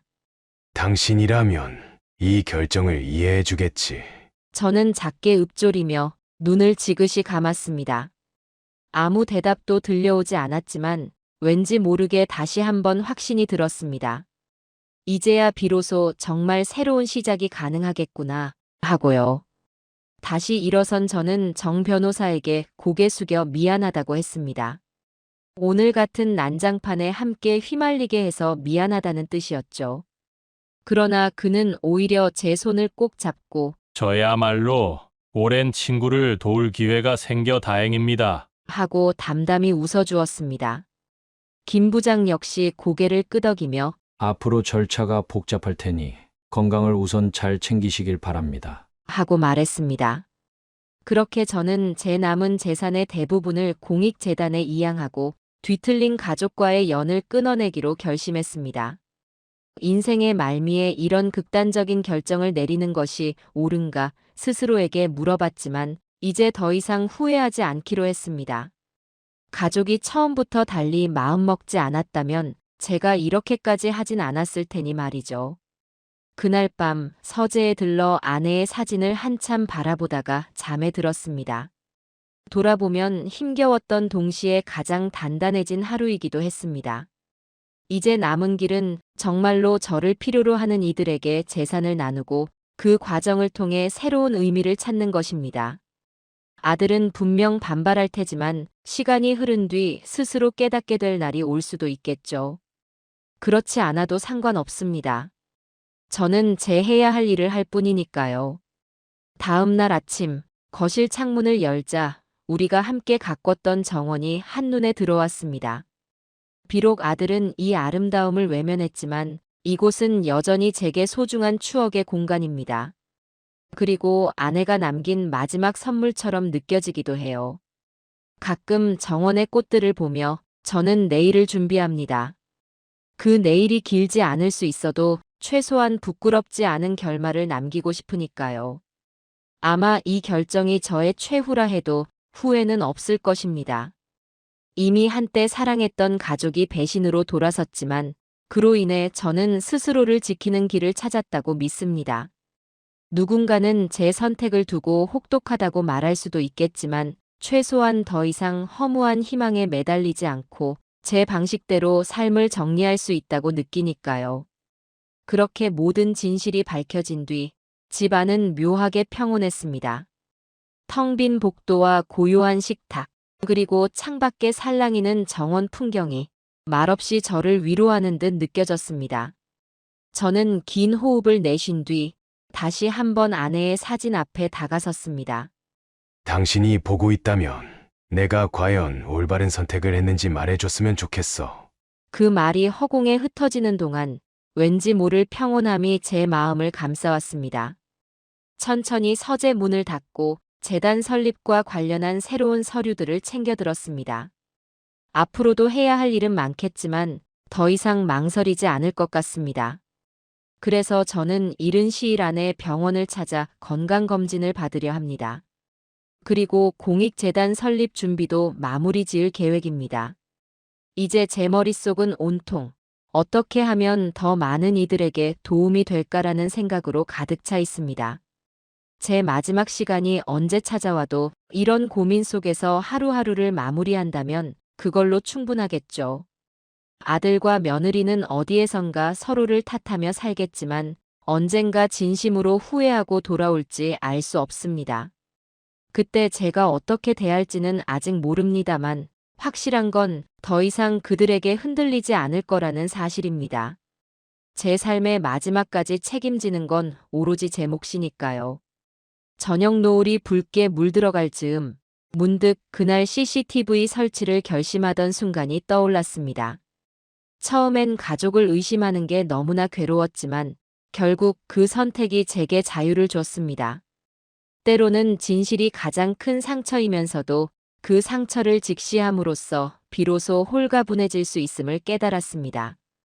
이제 저는 더 이상 미련과 후회에 묶이지 않으려 합니다. 새로운 아침이 오면 이 집 정원을 둘러보며 아내를 떠올릴 겁니다. 그리고 재단 설립을 공식 발표하고 한 걸음씩 남은 길을 걸어가겠지요. 비록 가족이라 부르던 사람들이 등을 돌렸어도 앞날은 이미 어둡지 않아 보입니다. 그렇습니다. 이것이 제 복수이자 인생의 마지막 선택입니다. 이제 더는 뒤돌아보지 않으리라 다짐하며 저는 서재에 불을 껐습니다. 어둠 속에서 아내의 사진이 희미하게 빛났고 저는 그 빛을 타고 번지는 작은 미소를 지었습니다. 그렇게 또 하루가 저물고 내일은 새로운 날이 시작되겠죠. 앞으로 맞이할 시간들은 이전과 전혀 다른 의미를 품고 있을 겁니다. 아들과 며느리를 향한 원망과 슬픔을 내려놓고 그 자리에 더 따뜻한 가치를 채워넣을 수 있도록 노력하겠습니다. 그것이야말로 아내와의 약속을 지키는 길이라고 믿습니다. 그리고 결국 제가 남은 삶을 살아가는 이유가 될 테니까요. 아들과 며느리가 어떻게 살아가든 이제는 관심 없습니다. 그들이 어떤 선택을 하든 어떤 삶을 살든 그것은 이제 전적으로 그들 몫입니다. 어차피 평생을 욕심과 탐욕 속에서 살았던 인간들이니 남은 생도 크게 다를 바 없겠지요. 서로를 원망하며 살든 끝까지 남 탓만 하며 살든 그것은 제가 신경 쓸 일이 아닙니다. 저는 그저 나의 마지막을 내가 원하는 방식으로 정리할 뿐입니다. 더 이상 뒤돌아보지도 않을 것이고 그들에게 남은 미련도 없습니다. 내 삶을 좀먹던 존재들은 이제 내 세상에서 완전히 지워졌고 저는 마침내 진정한 자유를 찾았습니다. 앞으로 남은 날들은 오직 나를 위한 길을 걸어갈 겁니다. 제 이야기를 들어주셔서 정말 감사드립니다. 구독과 좋아요, 그리고 댓글을 남겨주신다면 참고하도록 하겠습니다. 안녕하세요. 제 이름은 김병철입니다. 올해 72살이 되었습니다. 제 인생의 마지막 장을 여러분께 들려드리고자 합니다. 40년간 운영해온 구멍가게가 재개발로 철거되는 날이었습니다. 좁지만 정든 문방구 안 딸린 방에서 마지막 밤을 보냈습니다. 평생을 이 작은 방에서 살았던 저에게 이곳을 떠난다는 건 곧 인생의 종착역과도 같았습니다. 그날 밤 잠을 이루지 못하고 천장만 바라보았습니다. 벽지의 얼룩 하나하나가 제 인생의 한 장면 같았습니다.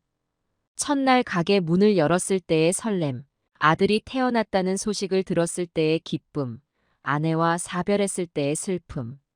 모든 것이 이 작은 방에 깃들어 있었습니다. 여보, 나 이제 어떡하지? 마치 옆에 아내가 있는 것처럼 중얼거렸습니다. 똑똑한 당신이 있었다면 얘가 이렇게 내쫓기지는 않았을 텐데. 밤새 뒤척이다 겨우 눈을 감았는데 어느새 아침이 되었습니다. 마지막 아침을 맞이하는 제 마음은 무겁기 그지없었습니다. 일찍 일어나 가게를 둘러보았습니다. 먼지 쌓인 학용품들, 색바랜 잡지들, 그리고 구석에 놓인 오래된 스케치북. 모든 것이 제 인생의 일부였습니다. 문방구 한켠에 있던 작은 거울을 들여다보았습니다. 주름진 얼굴, 흰머리가 된 제 모습이 낯설었습니다. 세월이 참 빠르구나. 옛날 생각이 났습니다. 젊었을 적, 이 가게를 처음 열었을 때가 떠올랐습니다. 아버지, 제가 꼭 성공해서 효도하겠습니다. 그때 제 다짐이 귓가에 울렸습니다. 하지만 시간이 흐르면서 꿈은 점점 멀어졌고 현실은 냉혹했습니다. 그래도 이 작은 가게에서 평생을 보내며 나름의 행복을 찾았다고 생각했습니다. 문득 아들 생각이 났습니다. 아들아, 너는 지금 어떻게 지내고 있니? 마지막으로 본 지가 언제였는지 기억도 나지 않았습니다. 창밖으로 아침 햇살이 비쳤습니다. 마지막으로 문을 열고 햇살을 맞이했습니다. 따스한 햇볕이 얼굴에 닿자 눈물이 왈칵 쏟아질 것 같았습니다. 40년이라 참 긴 시간이었지. 혼잣말로 중얼거렸습니다. 옆집 박씨 아저씨가 지나가다 말을 걸었습니다. 병철 씨, 오늘이 마지막 날이지? 참 섭섭하네. 그러게 말입니다. 40년 세월이 꿈만 같네요. 어디로 가실 건가? 글쎄요. 아들 집에 가볼까 합니다. 그래, 아들이 있으니 다행이지. 힘내게. 박씨 아저씨의 말에 쓴웃음이 났습니다. 아들, 과연 나를 받아줄까요? 시계를 보니 철거팀이 올 시간이 다가오고 있었습니다. 마지막으로 가게 안을 정리했습니다. 구석구석을 쓸고 닦으며 각 물건에 담긴 추억을 되새겼습니다. 문방구 계산대 앞에 섰습니다. 수없이 많은 손님들을 맞이했던 이곳. 이제는 추억 속으로 사라질 것이란 생각에 가슴이 아팠습니다. 잘 있어라. 내 평생의 벗이었던 가게야. 눈물을 참으며 중얼거렸습니다. 마지막으로 스케치북을 꺼내 펼쳤습니다. 젊은 시절 그렸던 그림들이 나왔습니다. 꿈 많던 그 시절이 그리워 한참을 바라보았습니다. 이런 게 있었나. 까맣게 잊고 있었던 제 옛 모습을 보며 쓴웃음이 났습니다. 그때 밖에서 소리가 들렸습니다. 철거, 작업 시작하겠습니다. 심장이 쿵 내려앉는 것 같았습니다. 떨리는 손으로 마지막 짐을 챙겼습니다. 평생 모은 짐이라곤 작은 가방 하나뿐이었습니다. 문 앞에 서서 마지막으로 가게를 둘러보았습니다.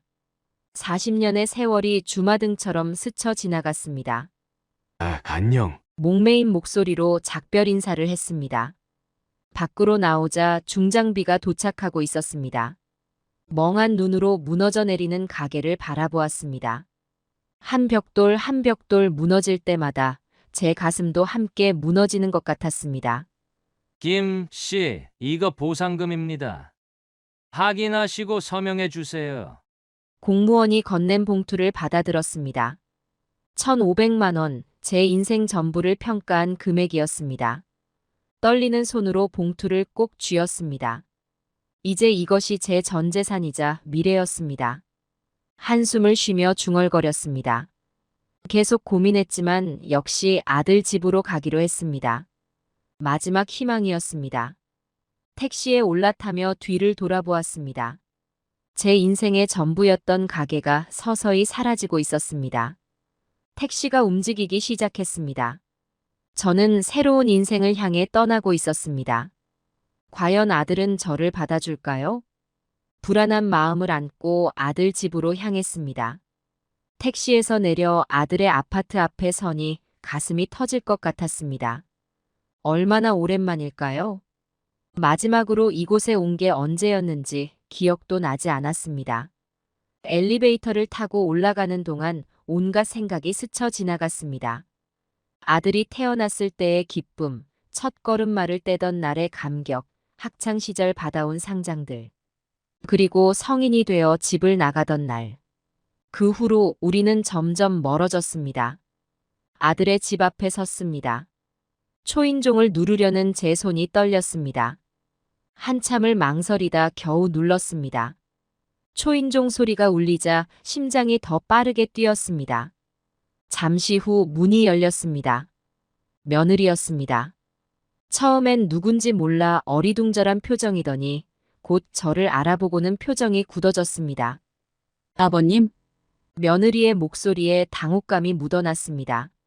그래, 내가 왔다. 아들 좀 볼 수 있을까? 떨리는 목소리로 말했습니다. 며느리는 잠시 망설이더니 저를 안으로 들였습니다. 집 안으로 들어서니 낯선 풍경이 펼쳐졌습니다. 이 집은 제게는 너무나 어색했습니다. 여보, 아버님이 오셨어요. 며느리가 안방을 향해 외쳤습니다. 잠시 후 아들이 나왔습니다. 오랜만에 보는 아들의 모습에 가슴이 아팠습니다. 제가 기억하는 모습보다 훨씬 나이 들어 보였습니다. 하지만 그 순간 아들의 얼굴에 짜증 섞인 표정이 스쳐 지나갔습니다. 아버지, 왜 오셨어요? 전화라도 하고 오시지. 차가운 목소리로 아들이 말했습니다. 제 마음에 서늘한 바람이 불었습니다. 이런 반응을 예상하지 못했습니다. 아들아, 너무 오랜만이구나. 떨리는 목소리로 대답했습니다. 아들은 짜증 섞인 한숨을 내쉬었습니다. 갑자기 왜 오신 거예요? 무슨 일 있어요? 아들의 차가운 말투에 가슴이 찢어지는 것 같았습니다. 제가 키운 아들이 맞나 싶었습니다. 그게 아빠가 좀 어려운 상황이 생겼어. 조심스럽게 말을 꺼냈습니다. 또 돈 문제예요? 제가 돈이 많은 줄 아세요? 아들이 신경질적으로 말했습니다. 아니, 그게 아니라 말을 잇지 못했습니다. 아들은 짜증난다는 듯 고개를 절레절레 흔들었습니다. 아버지, 솔직히 말해보세요. 뭐 때문에 오신 거예요? 깊은 한숨을 내쉬었습니다. 어디서부터 말해야 할지 몰랐습니다. 40년의 세월, 철거된 가게, 그리고 지금의 제 처지. 이 모든 것을 어떻게 설명해야 할까요? 내가 이제 갈 곳이 없구나. 겨우 입을 열어 말했습니다. 아들의 표정이 더욱 일그러졌습니다. 며느리는 불안한 듯 아들의 얼굴을 쳐다보았습니다. 뭐요? 무슨 소리예요, 그게? 아들이 짜증 섞인 목소리로 물었습니다. 가게가 철거됐다. 재개발 때문에. 힘없는 목소리로 대답했습니다. 아, 진짜 미치겠네. 그럼 보상금은요? 아들의 목소리가 더욱 날카로워졌습니다. 주머니에서 봉투를 꺼냈습니다. 이게 전부다. 봉투를 테이블 위에 올려놓았습니다. 아들은 봉투를 열어 금액을 확인하더니 코웃음을 쳤습니다. 이게 다예요? 평생 장사해서 고작 이거밖에 안 돼요? 그 말에 제 자존심이 무너지는 것 같았습니다. 평생 성실하게 살아온 제 인생이 한순간에 무가치해지는 것 같았습니다. 아들아, 그래도 내야. 떨리는 목소리로 말했습니다. 아버지, 솔직히 말할게요. 우리도 빚내서 겨우 사는 판에 아버지까지 모실 여유 없어요. 아들이 단호하게 말했습니다. 그 말을 듣는 순간 제 세상이 무너지는 것 같았습니다. 가슴이 찢어지는 듯한 고통이 밀려왔습니다. 그래도 난 너의 아버지인데. 떨리는 목소리로 말했습니다. 세상이 달라졌어요, 아버지. 이제 그런 거 안 통해요. 자식한테 의지하려 하지 마세요. 아들의 말은 칼날처럼 제 가슴을 파고들었습니다. 방 안에 무거운 침묵이 내려앉았습니다. 창밖으로 들리는 바람 소리만이 이 정막을 깨고 있었습니다. 그래, 그렇구나. 힘없는 목소리로 중얼거렸습니다. 천천히 일어섰습니다. 다리가 후들거렸지만 겨우 버텼습니다. 미안하다. 배 끼쳐서. 떨리는 목소리로 말했습니다. 아들은 아무 말도 하지 않았습니다. 그저 짜증난다는 표정으로 고개를 돌렸습니다. 문 앞에 섰습니다. 뒤돌아보고 싶었지만 차마 그럴 수 없었습니다. 잘 있어. 마지막 인사를 남기고 문을 열었습니다. 문이 닫히는 소리와 함께 제 마음도 닫혔습니다. 엘리베이터를 타고 내려오는 동안 눈물이 왈칵 쏟아졌습니다. 아파트 밖으로 나왔습니다. 차가운 바람이 제 얼굴을 때렸습니다. 하지만 그 차가움보다 더 아픈 건 제 마음이었습니다. 이제 어디로 가지? 혼잣말로 중얼거렸습니다. 발걸음을 옮기는 제 다리가 무거웠습니다. 평생 일구어온 모든 것을 잃고 이제는 가족마저 잃은 저는 그저 늙은 노인일 뿐이었습니다. 하늘을 올려다보았습니다. 회색빛 구름이 저를 내려다보고 있었습니다. 그 구름처럼 제 미래도 암울해 보였습니다. 아파트를 나서는 제 발걸음이 무거웠습니다. 평생 모은 짐이라곤 작은 가방 하나뿐이었습니다. 찜질방으로 향하는 길, 차가운 바람이 제 마음까지 얼어붙게 했습니다. 거리는 사람들로 북적였습니다. 모두들 바쁘게 어딘가로 향하고 있었습니다. 그들의 표정엔 목적지가 있다는 자신감이 묻어났습니다. 하지만 저는 달랐습니다.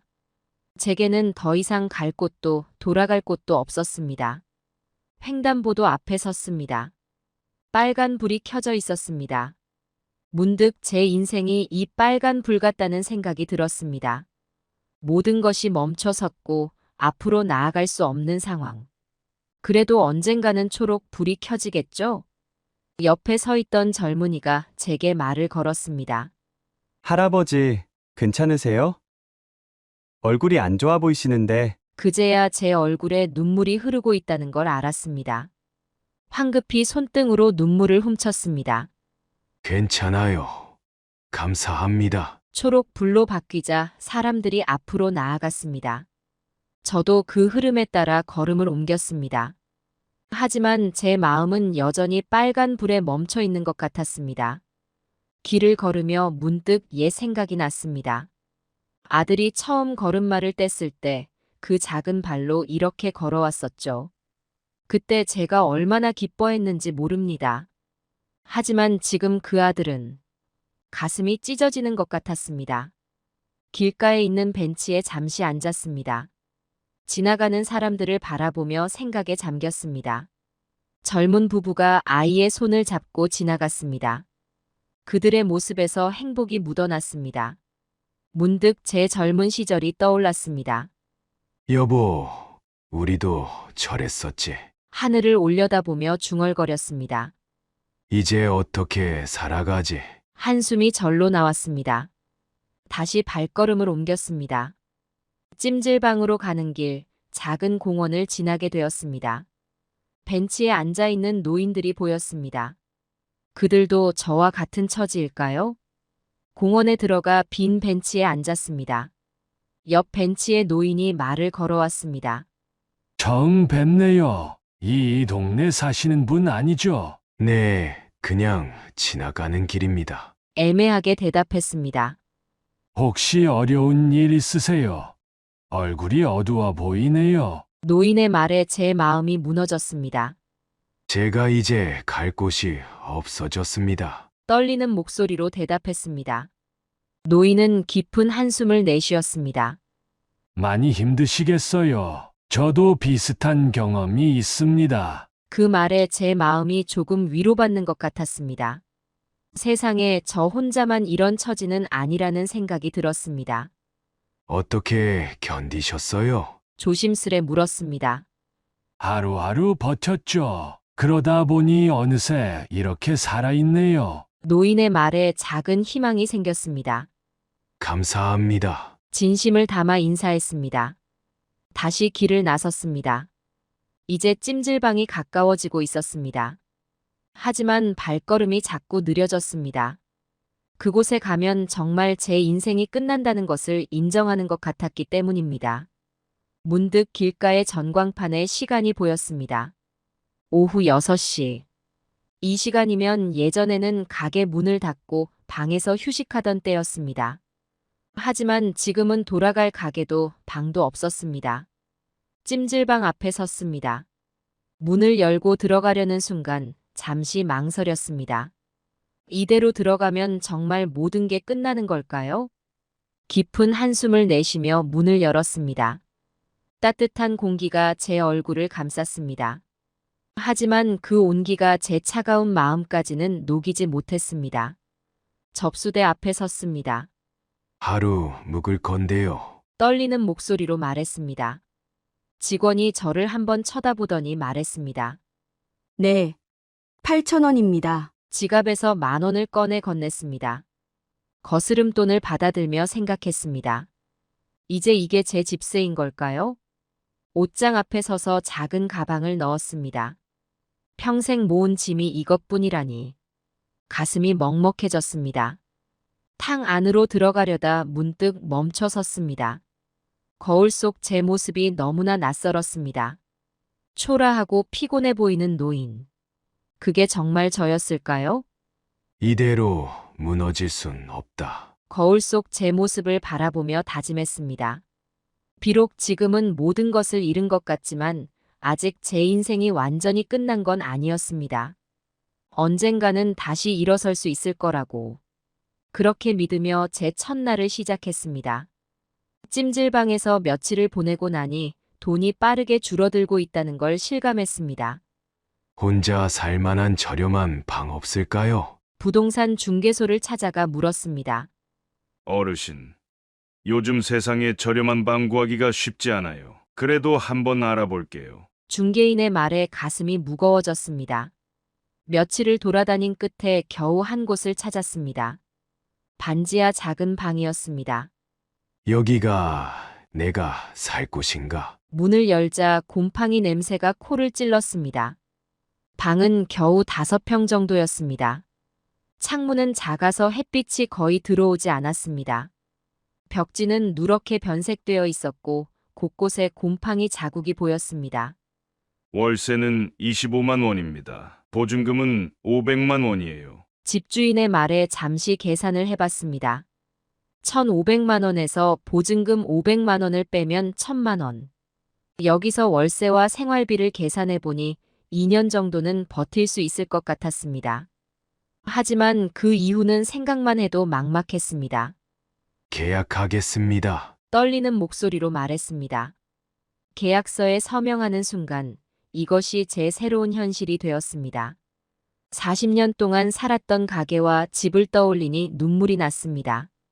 짐이라고는 작은 가방 하나뿐이었습니다. 방 한 구석에 가방을 놓고 주변을 둘러보았습니다. 살림살이라고는 아무것도 없었습니다. 근처 중고가게에서 겨우 이불과 작은 밥솥을 샀습니다. 그게 전부였습니다. 이불을 펴고 누웠습니다. 천장을 바라보니 눈물이 왈칵 쏟아졌습니다. 잠을 이루지 못하고 뒤척이다 새벽에 일어났습니다. 이제 무엇을 해야 할지 막막했습니다. 일자리를 찾아봐야겠어. 결심하고 거리로 나섰습니다. 처음 찾아간 곳은 인력사무소였습니다. 제가 일할 만한 게 있을까요? 어르신, 죄송하지만 그 나이면 일 구하기가 힘들어요. 다음으로 찾아간 곳은 식당이었습니다. 설거지라도 할 수 있을 것 같은데. 아이고, 어르신. 젊은 사람도 많은데 어떻게 노인을 쓰겠어요? 하루 종일 이곳저곳을 돌아다녔지만 모든 곳에서 거절당했습니다. 저녁이 되어 지친 몸을 이끌고 집으로 돌아왔습니다. 세상에 나 같은 늙은이가 할 수 있는 일은 없는 건가? 한숨을 쉬며 중얼거렸습니다. 그날 밤 잠들기 전 휴대폰으로 뉴스를 보다가 우연히 노인 빈곤 문제를 다루는 기사를 보게 되었습니다. 대한민국 노인 빈곤율 OECD 1위. 많은 노인들이 생계를 위해 폐지를 줍고 있습니다. 그 순간 번뜩 생각이 났습니다. 그래, 나도 폐지를 주워볼까? 다음 날 아침 일찍 일어나 거리로 나섰습니다. 처음에는 어디서 어떻게 폐지를 주어야 할지 몰라 헤맸습니다. 어르신 처음이세요? 지나가던 할머니 한 분이 말을 걸어왔습니다. 네, 어떻게 하는 건지 잘 모르겠어요. 부끄러운 마음에 고개를 숙였습니다. 여기 봐요. 이렇게 끈으로 묶어서 손수레에 실으면 돼요. 할머니가 친절하게 알려주셨습니다. 그렇게 폐지 줍는 법을 배웠습니다. 처음에는 손수레도 없어서 큰 마대자루를 들고 다녔습니다. 하루 종일 폐지를 주워도 겨우 3,000원 정도. 허리는 아프고 다리는 후들거렸습니다. 하지만 이것이라도 하지 않으면 살 수 없다는 생각에 참았습니다. 아이고, 허리야. 쓰레기통을 뒤지다 허리를 굽혔다 펴기가 힘들었습니다. 지나가던 젊은이들이 저를 이상한 눈으로 쳐다보았습니다. 부끄러워 고개를 숙였지만 이내 다시 폐지를 주었습니다.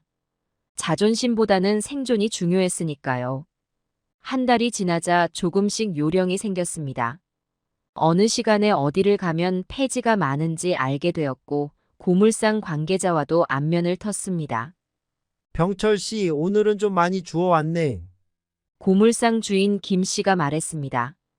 네, 오늘은 운이 좋았어요. 웃으며 대답했지만 사실 새벽부터 밤늦게까지 돌아다닌 결과였습니다. 폐지를 팔고 받은 돈으로 라면을 샀습니다. 방에 돌아와 라면을 끓이며 생각했습니다. 내가 언제 이런 생활을 하게 될 줄 알았겠나. 라면을 먹으며 문득 아들 생각이 났습니다. 지금쯤 뭐 하고 있을까? 잘 살고 있겠지. 순간 가슴 한구석이 아려왔습니다. 제가 이렇게 고생하고 있는 동안 아들은 아무 걱정 없이 살고 있을 거란 생각에 쓴웃음이 났습니다. 이대로 무너질 순 없어. 이를 악물며 중얼거렸습니다. 그날 밤 잠들기 전 결심했습니다. 언젠가는 꼭 이 상황을 벗어나리라고. 그리고 아들에게 제 존재를 보여주리라고. 기다려라. 언젠가는 내가 다시 일어설 거야. 주먹을 꽉 쥐며 다짐했습니다. 이렇게 하루하루를 버텼습니다. 때로는 절망에 빠지기도 했지만 그때마다 제 안의 작은 불씨가 저를 일으켜 세웠습니다. 비록 지금은 폐지를 줍는 노인에 불과하지만 언젠가는 다시 일어서리라는 희망. 그 희망 하나로 저는 하루하루를 버텨나갔습니다. 폐지를 주우러 나간 어느 날이었습니다. 평소와 다름없이 거리를 돌아다니던 중 문득 익숙한 동네에 들어섰습니다. 아들 집 근처였습니다. 여기까지 왔나? 멈춰서서 주변을 둘러보았습니다. 그때였습니다. 저 멀리서 익숙한 모습이 보였습니다. 제 손주였습니다. 우리 손주. 가슴이 뛰었습니다.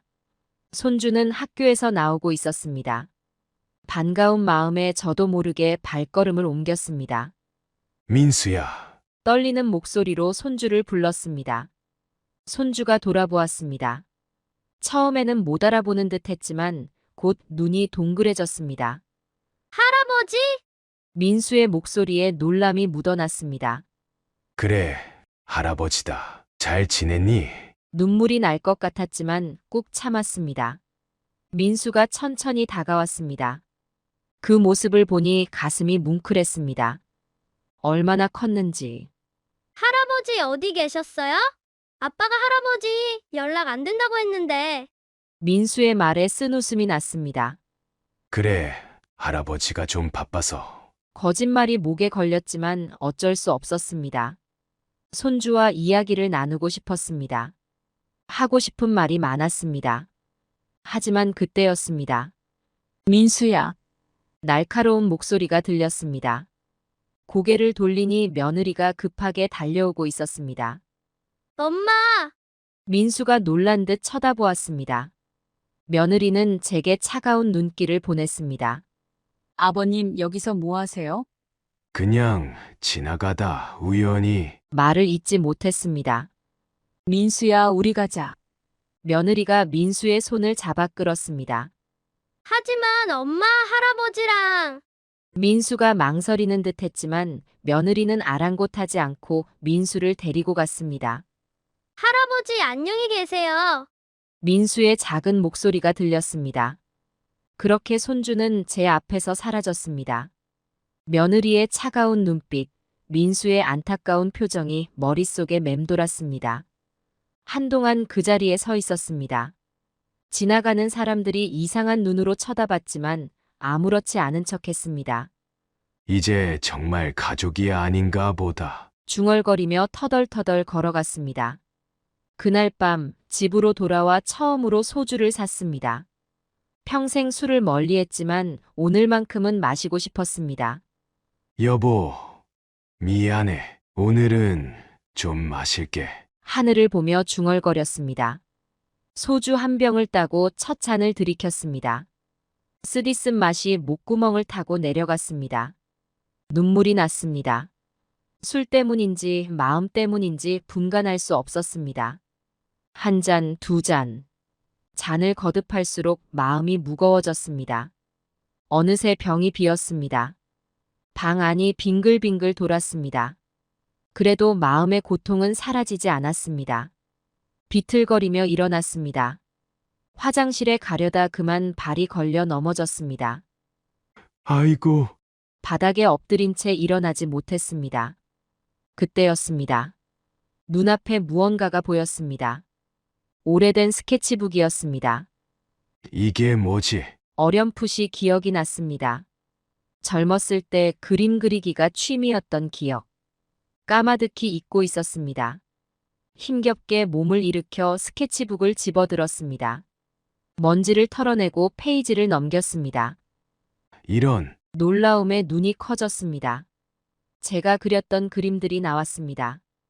풍경화, 인물화, 정물화. 미숙하지만 열정이 느껴지는 그림들이었습니다. 이렇게 그림을 좋아했었나? 새삼 깨달았습니다. 문득 그리고 싶어졌습니다. 떨리는 손으로 연필을 잡았습니다. 무엇을 그릴지 고민하다 문득 떠오르는 게 있었습니다. 손주의 얼굴이었습니다.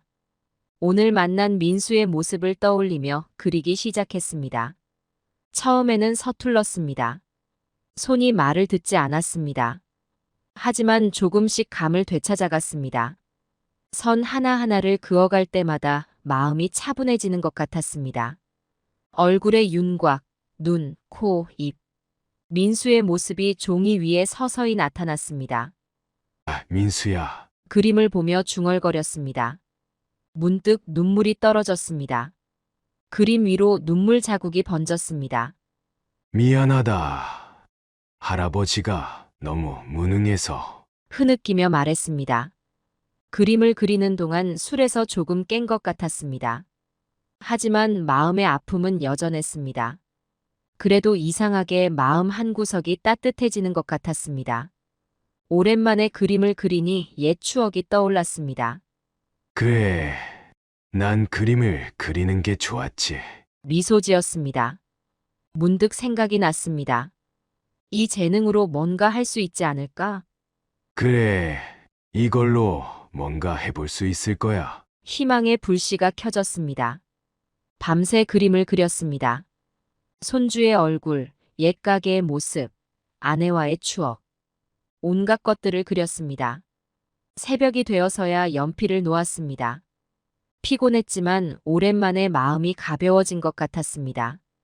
내일은 뭘 그려볼까? 기대에 부풀어 잠이 들었습니다. 그날 밤 꿈에서 아내를 만났습니다. 아내는 환하게 웃으며 말했습니다. 여보, 잘하고 있어요. 포기하지 말고 계속해요. 꿈에서 깨어났을 때 눈가에 눈물이 고여 있었습니다. 하지만 이번엔 슬픔의 눈물이 아니었습니다. 희망의 눈물이었습니다. 그래, 다시 시작이다. 새로운 결심을 하며 아침을 맞이했습니다. 아침 일찍 일어나 폐지를 주우러 나갔습니다. 이제는 익숙해진 일상이지만 여전히 허리는 아프고 다리는 무거웠습니다. 오늘도 힘내자. 스스로를 다독이며 거리로 나섰습니다. 오전 내내 폐지를 주웠습니다. 때로는 쓰레기통을 뒤지고 때로는 길가에 버려진 상자들을 주워 담았습니다. 지나가는 사람들의 시선이 따갑게 느껴졌지만 이제는 그런 것에 신경 쓰지 않기로 했습니다. 점심때가 되자 근처 공원으로 향했습니다. 이제 이곳이 제 쉼터가 되었습니다. 간단히 도시락을 먹고 잠시 쉬었습니다. 이제 좀 그림이나 그려볼까? 주머니에서 스케치북과 연필을 꺼냈습니다.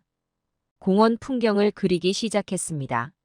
나무들, 벤치에 앉은 사람들, 뛰어노는 아이들. 그림을 그리는 동안만큼은 모든 걱정을 잊을 수 있었습니다. 한참을 그리고 있는데 갑자기 누군가가 말을 걸어왔습니다. 할아버지, 저 좀 그려주세요. 고개를 들어보니 한 꼬마 아이가 저를 바라보고 있었습니다. 그래도 될까? 잠시 망설였지만 아이의 순수한 눈빛에 마음이 녹았습니다. 그래, 앉아보렴. 아이를 벤치에 앉히고 그리기 시작했습니다. 오랜만에 사람을 그리는 거라 처음엔 좀 어색했습니다. 하지만 점점 손에 감각이 돌아오는 것 같았습니다. 할아버지, 제 코가 너무 크지 않게 해주세요. 아이의 말에 웃음이 났습니다. 알았다. 잘생긴 코로 그려줄게. 농담을 주고받으며 그림을 그렸습니다. 조금 과장되게 하지만 아이다운 모습으로 그렸습니다. 큰 눈, 장난기 가득한 미소, 그리고 아이가 원하는 대로 작고 예쁜 코로 그렸습니다. 자, 다 됐다. 그림을 보여주자 아이가 환호성을 질렀습니다. 우와, 정말 멋져요. 엄마, 이리 와서 봐요. 아이가 엄마를 불렀습니다. 아이 엄마가 다가와 그림을 보더니 놀란 표정을 지었습니다.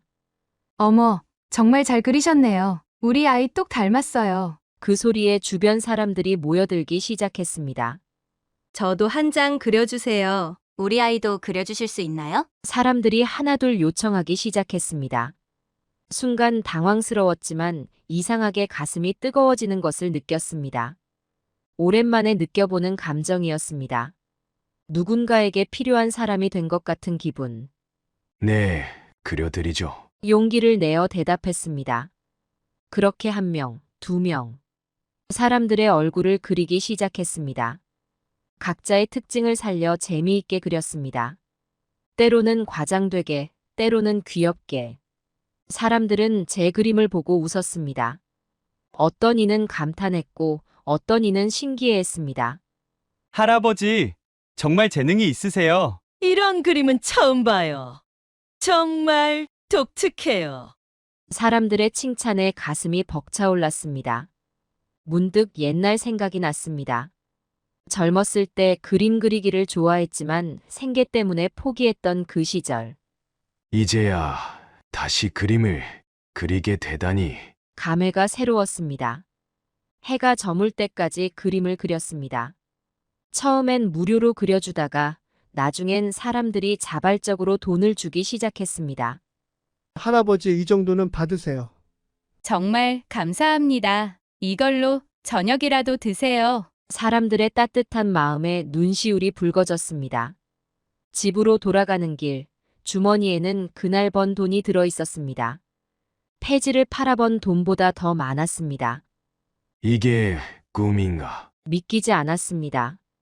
그날 밤 오랜만에 편안한 마음으로 잠들 수 있었습니다. 꿈속에서 아내를 만났습니다. 여보, 잘하고 있어요. 당신의 재능을 꼭 펼치세요. 아내의 말에 눈물이 났습니다. 다음 날 아침 새로운 희망을 안고 일어났습니다. 이제 폐지를 줍는 것만이 아닌 그림으로도 살아갈 수 있다는 가능성을 보았기 때문입니다. 오늘도 열심히 해보자. 스케치북을 들고 다시 공원으로 향했습니다. 이제 제 인생의 새로운 장이 열리려 하고 있었습니다. 그리고 그 시작은 한 아이의 순수한 요청으로부터 시작되었다는 게 참 신기했습니다.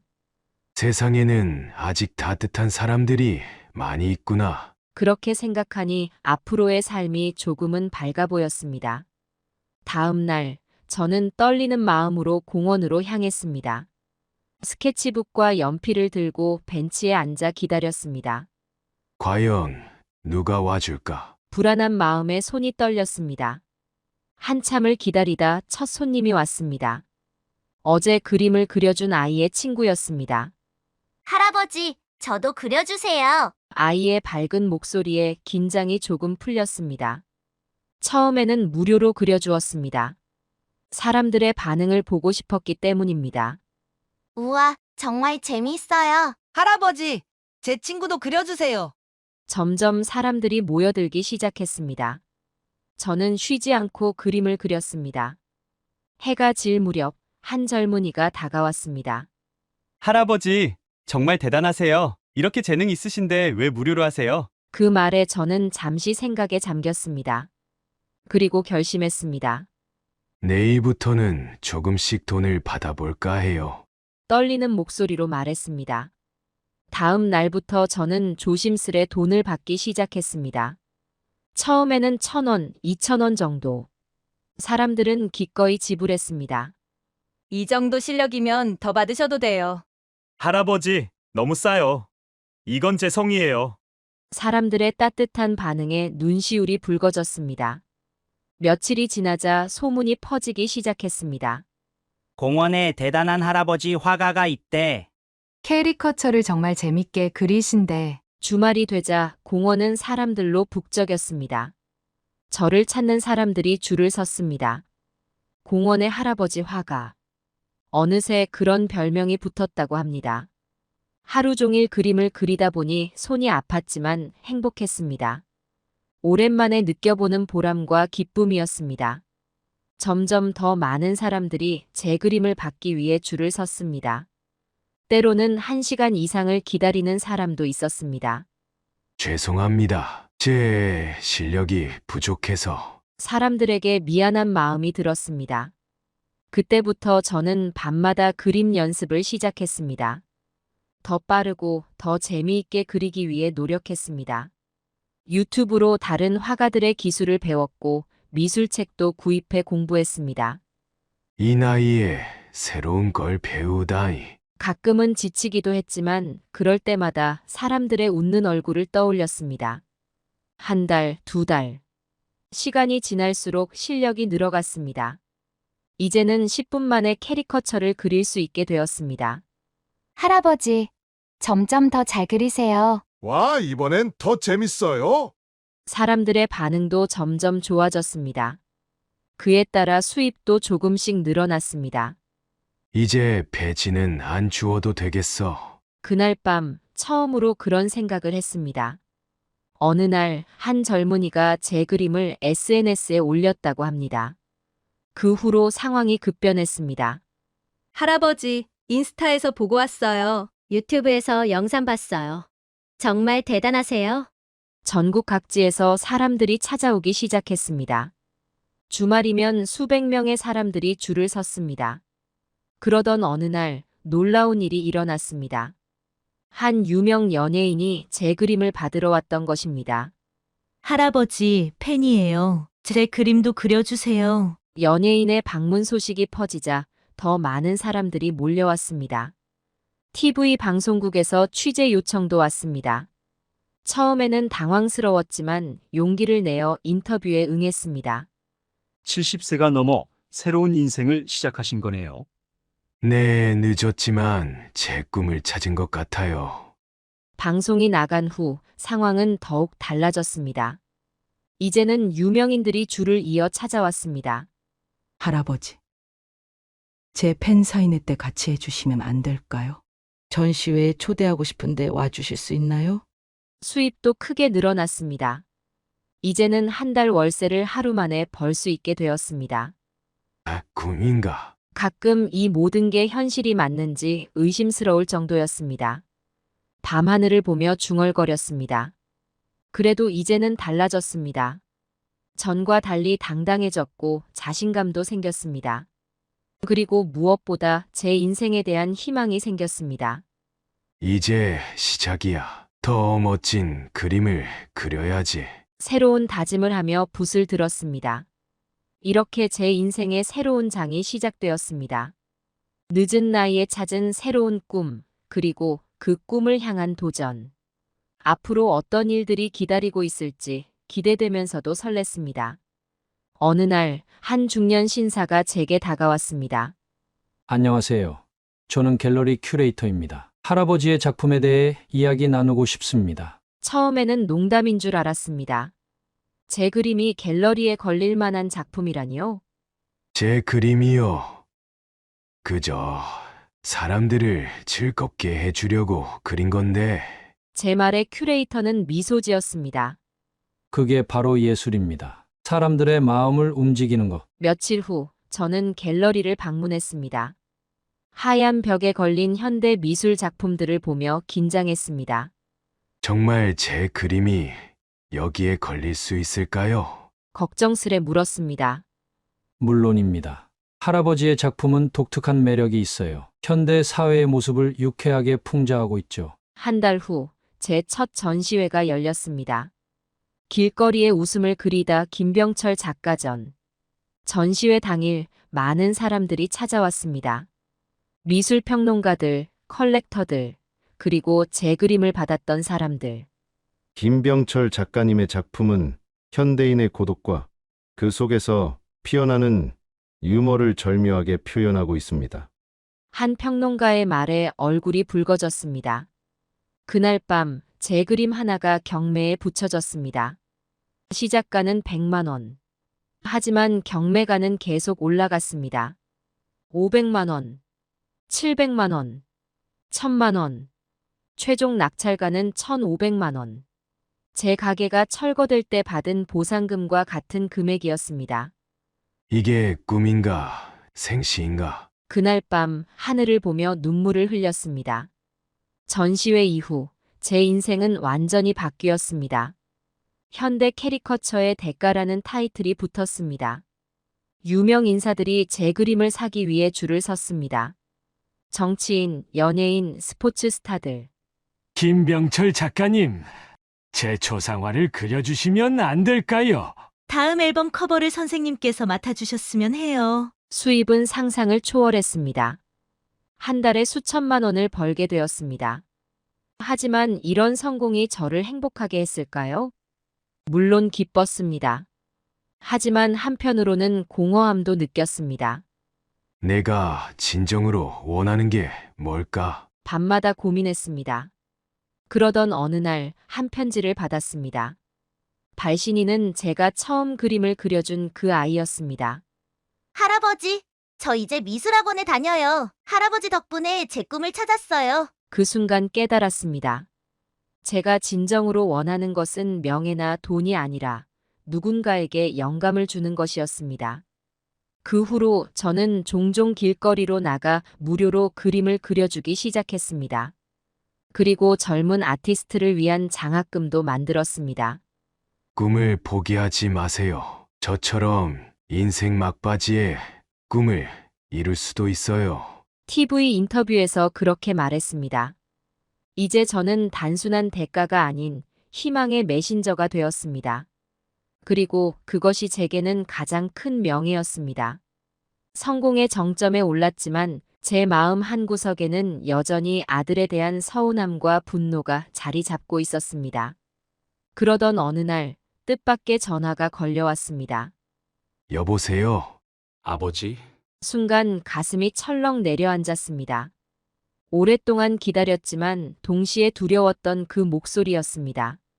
그래, 너가 웬일이냐? 최대한 담담하게 대답했습니다. 아버지, 정말 죄송합니다. 저희가 잘못했어요. 이제 모시고 싶습니다. 아들의 목소리에 죄책감이 묻어났습니다. 순간 복잡한 감정이 밀려왔습니다. 기쁨, 분노, 아니면 허무함. 무엇이라 표현해야 할지 모르겠습니다. 아, 그래. 잠시 침묵이 흘렀습니다. 아버지, 용서해 주실 수 있으세요? 아들의 떨리는 목소리가 들렸습니다. 그 순간 문득 이런 생각이 스쳤습니다. 이제 내가 우위에 설 수 있구나. 쓴웃음이 나왔습니다. 복수. 그동안 꿈꿔왔던 그 순간이 드디어 온 것입니다. 그래, 내일 저녁에 집으로 오너라. 담담하게 대답했습니다. 전화를 끊고 창밖을 바라보았습니다. 서울의 야경이 한눈에 들어오는 고급 아파트. 이제 제가 이룬 성공을 아들에게 보여줄 수 있게 되었습니다. 드디어 때가 왔구나. 주먹을 꽉 쥐었습니다. 하지만 한편으로는 불안했습니다. 과연 이것이 제가 원하는 것일까요? 복수로 얻을 수 있는 게 정말 있을까요? 밤새 잠을 이루지 못했습니다. 내일 있을 만남에 대한 기대와 불안이 교차했습니다.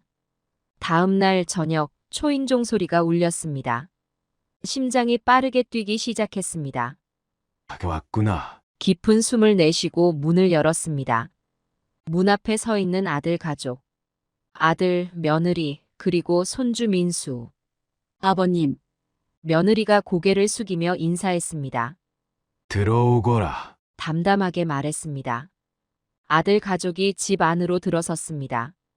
그들의 눈이 점점 커지는 것이 보였습니다. 이게 다 뭐예요? 아들이 놀란 목소리로 물었습니다. 150평 펜트하우스, 호화로운 인테리어, 그리고 벽면 가득 걸린 제 작품들.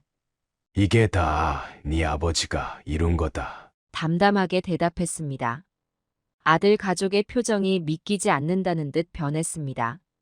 특히 며느리의 얼굴에 당혹감이 역력했습니다. 어떻게 이런 일이... 아들이 중얼거렸습니다. 앉아라. 이야기나 하자. 소파를 가리키며 말했습니다.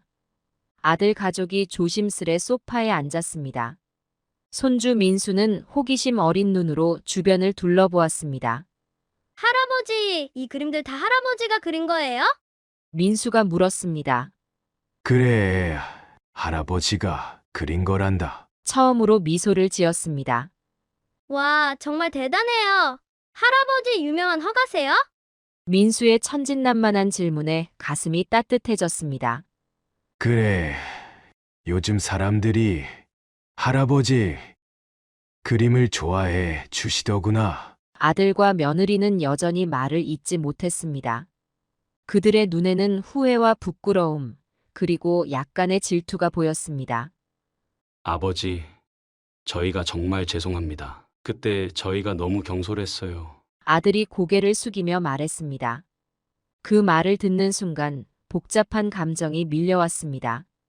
분노, 서운함, 그리고 이상하게도 연민. 그래, 살다 보면 그럴 수도 있지. 의외로 담담하게 대답했습니다. 이제라도 저희가 아버님 잘 모시겠습니다. 며느리가 조심스레 말을 꺼냈습니다. 순간 웃음이 나왔습니다. 이제 와서 날 모시겠다고? 괜찮다. 난 여기가 좋구나. 단호하게 대답했습니다. 아들 가족의 표정이 당황으로 변했습니다. 그들은 제가 흔쾌히 승낙할 거라 생각했던 모양입니다. 하지만 아버지... 아들이 말을 꺼내려 했지만 제가 손을 들어 제지했습니다. 이제 와서 그럴 필요 없다. 난 이대로 살겠다. 그 말을 끝으로 무거운 침묵이 내려앉았습니다. 이제 복수의 순간이 다가오고 있었습니다. 하지만 제 마음속에는 이상한 공허함이 자리 잡고 있었습니다. 침묵이 흐르는 가운데 저는 천천히 일어섰습니다. 아들 가족의 눈빛이 불안과 기대로 흔들렸습니다. 자, 이제 할 말은 다 했나? 담담하게 물었습니다. 아들이 조심스레 입을 열었습니다. 아버지, 저희를 용서해 주실 수 없을까요? 앞으로 정말 잘 모시겠습니다. 그 말을 듣는 순간 지난 시간들이 주마등처럼 스쳐 지나갔습니다.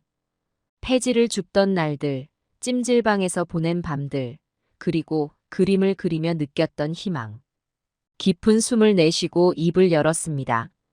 보다시피 난 이제 너희가 필요 없구나. 내 인생에서 사라져 주렴. 아들의 얼굴이 창백해졌습니다. 며느리는 놀란 눈으로 저를 바라보았고 손주 민수는 상황을 이해하지 못한 채 어리둥절한 표정을 지었습니다. 아버지, 제발요. 아들이 무릎을 꿇으며 애원했습니다. 그 모습을 보니 묘한 감정이 일었습니다. 한때 그토록 원했던 장면이었는데 왜 이렇게 공허한 걸까요? 일어나라. 그렇게 해서 용서받을 수 있다고 생각하나? 차갑게 말했습니다. 그럼 저희가 어떻게 해야? 며느리가 조심스레 물었습니다. 잠시 생각에 잠겼습니다. 과연 이들에게 무엇을 바라는 걸까요? 복수? 용서? 아니면 그저 잊어버리는 것? 너희에겐 1원도 줄 생각 없다. 당장 나가라. 결국 이렇게 말했습니다. 아들 가족의 표정이 절망으로 변했습니다. 그들은 제 재산을 노리고 온 것일까요? 아니면 진심으로 화해를 원한 걸까요? 할아버지, 민수가 울먹이며 제게 다가왔습니다. 순간 마음이 흔들렸습니다. 하지만 이내 마음을 다잡았습니다. 민수야, 너는 좋은 어른으로 자라거라. 내 부모와는 달리. 민수의 머리를 쓰다듬으며 말했습니다. 아들 가족이 천천히 문을 향해 걸어갔습니다. 마지막으로 아들이 돌아보며 말했습니다. 정말 죄송합니다, 아버지. 언젠가 용서해 주실 날이 오길 바랍니다. 문이 닫히고 집안에 정적이 흘렀습니다. 그제서야 긴장이 풀렸는지 다리에 힘이 빠졌습니다. 소파에 털썩 주저앉았습니다. 복잡한 감정이 몰려왔습니다. 후련함, 아쉬움, 아니면 새로운 시작에 대한 기대, 그리고 마치 오랜 병이 나은 것처럼 몸과 마음이 가벼워졌습니다. 창밖을 바라보니 노을이 지고 있었습니다. 붉은 하늘을 보며 생각했습니다. 이제 진짜 내 인생을 살 때구나. 천천히 일어나 작업실로 향했습니다. 새 캔버스를 꺼내 이젤 위에 놓았습니다. 붓을 들고 잠시 생각에 잠겼습니다. 무엇을 그릴까? 과거의 아픔, 현재의 성공, 아니면 미래의 꿈. 잠시 후 붓이 움직이기 시작했습니다. 선 하나하나에 제 인생이 담겼습니다. 폐지를 줍던 초라한 노인의 모습, 공원에서 그림을 그리며 웃던 순간, 갤러리에 걸린 제 작품들, 그리고 지금 이 순간 그림을 그리고 있는 저의 모습까지. 모든 것이 어우러져 하나의 큰 그림이 되어갔습니다. 이것이 나의 인생이구나. 중얼거리며 미소 지었습니다. 그림을 그리는 동안 시간 가는 줄 몰랐습니다. 문득 시계를 보니 새벽 3시였습니다. 완성된 그림을 바라보며 생각했습니다. 이제 진정한 나의 시작이구나. 피곤했지만 가슴은 뜨거웠습니다. 내일은 또 어떤 그림을 그릴 수 있을까? 어떤 사람들을 만나게 될까? 어떤 새로운 경험을 하게 될까? 기대감에 가슴이 벅차올랐습니다. 창문을 열어 새벽 공기를 마시며 생각했습니다. 인생은 참 묘하구나. 끝이라고 생각했던 순간이 새로운 시작이 되다니. 이제 저는 새로운 인생을 향해 첫 발을 내딛었습니다. 늦은 나이에 찾은 새로운 꿈, 그리고 그 꿈을 향한 열정. 앞으로 제 인생에 어떤 놀라운 일들이 기다리고 있을지 기대되면서도 설렜습니다. 그렇게 저의 새로운 여정이 시작되었습니다. 한때는 복수심에 불탔지만 이제는 그 모든 것을 뛰어넘어 진정한 행복을 찾았습니다. 제가 겪은 이 모든 일들이 여러분에게 작은 깨달음을 줄 수 있기를 바랍니다. 인생은 결코 한순간에 끝나지 않습니다. 어떤 상황에서도 희망을 잃지 말고 자신의 가치를 믿으세요. 저는 이제 매일 아침 새로운 그림을 그리며 하루를 시작합니다. 때로는 공원에 나가 사람들의 모습을 스케치하기도 하고 갤러리에서 전시회를 열기도 합니다. 아들 가족과의 관계도 조금씩 회복되어 가고 있습니다. 아들과는 완전한 용서까지는 아직 시간이 필요하지만 손주 민수와는 가끔 만나 그림도 가르쳐주고 있습니다. 인생의 황혼기에 찾은 제 재능은 단순히 성공을 넘어 제 삶에 새로운 의미를 부여해 주었습니다. 이제는 그림을 통해 다른 이들에게 희망과 용기를 전하고 있습니다. 여러분, 꿈을 포기하지 마세요. 나이는 숫자에 불과합니다. 언제든 새로운 시작을 할 수 있습니다. 중요한 건 자신을 믿고 앞으로 나아가는 용기입니다. 제 이야기가 여러분의 인생에 작은 빛이 되기를 바랍니다. 우리 모두가 자신만의 아름다운 그림을 그려나갈 수 있기를. 이제 저는 새 캠퍼스 앞에 섭니다. 내일은 또 어떤 그림이 펼쳐질까요? 그 기대와 설렘으로 오늘도 붓을 듭니다. 인생은 계속됩니다. 그리고 우리는 끊임없이 성장합니다. 여러분의 인생에도 아름다운 그림이 가득하기를 바랍니다. 감사합니다.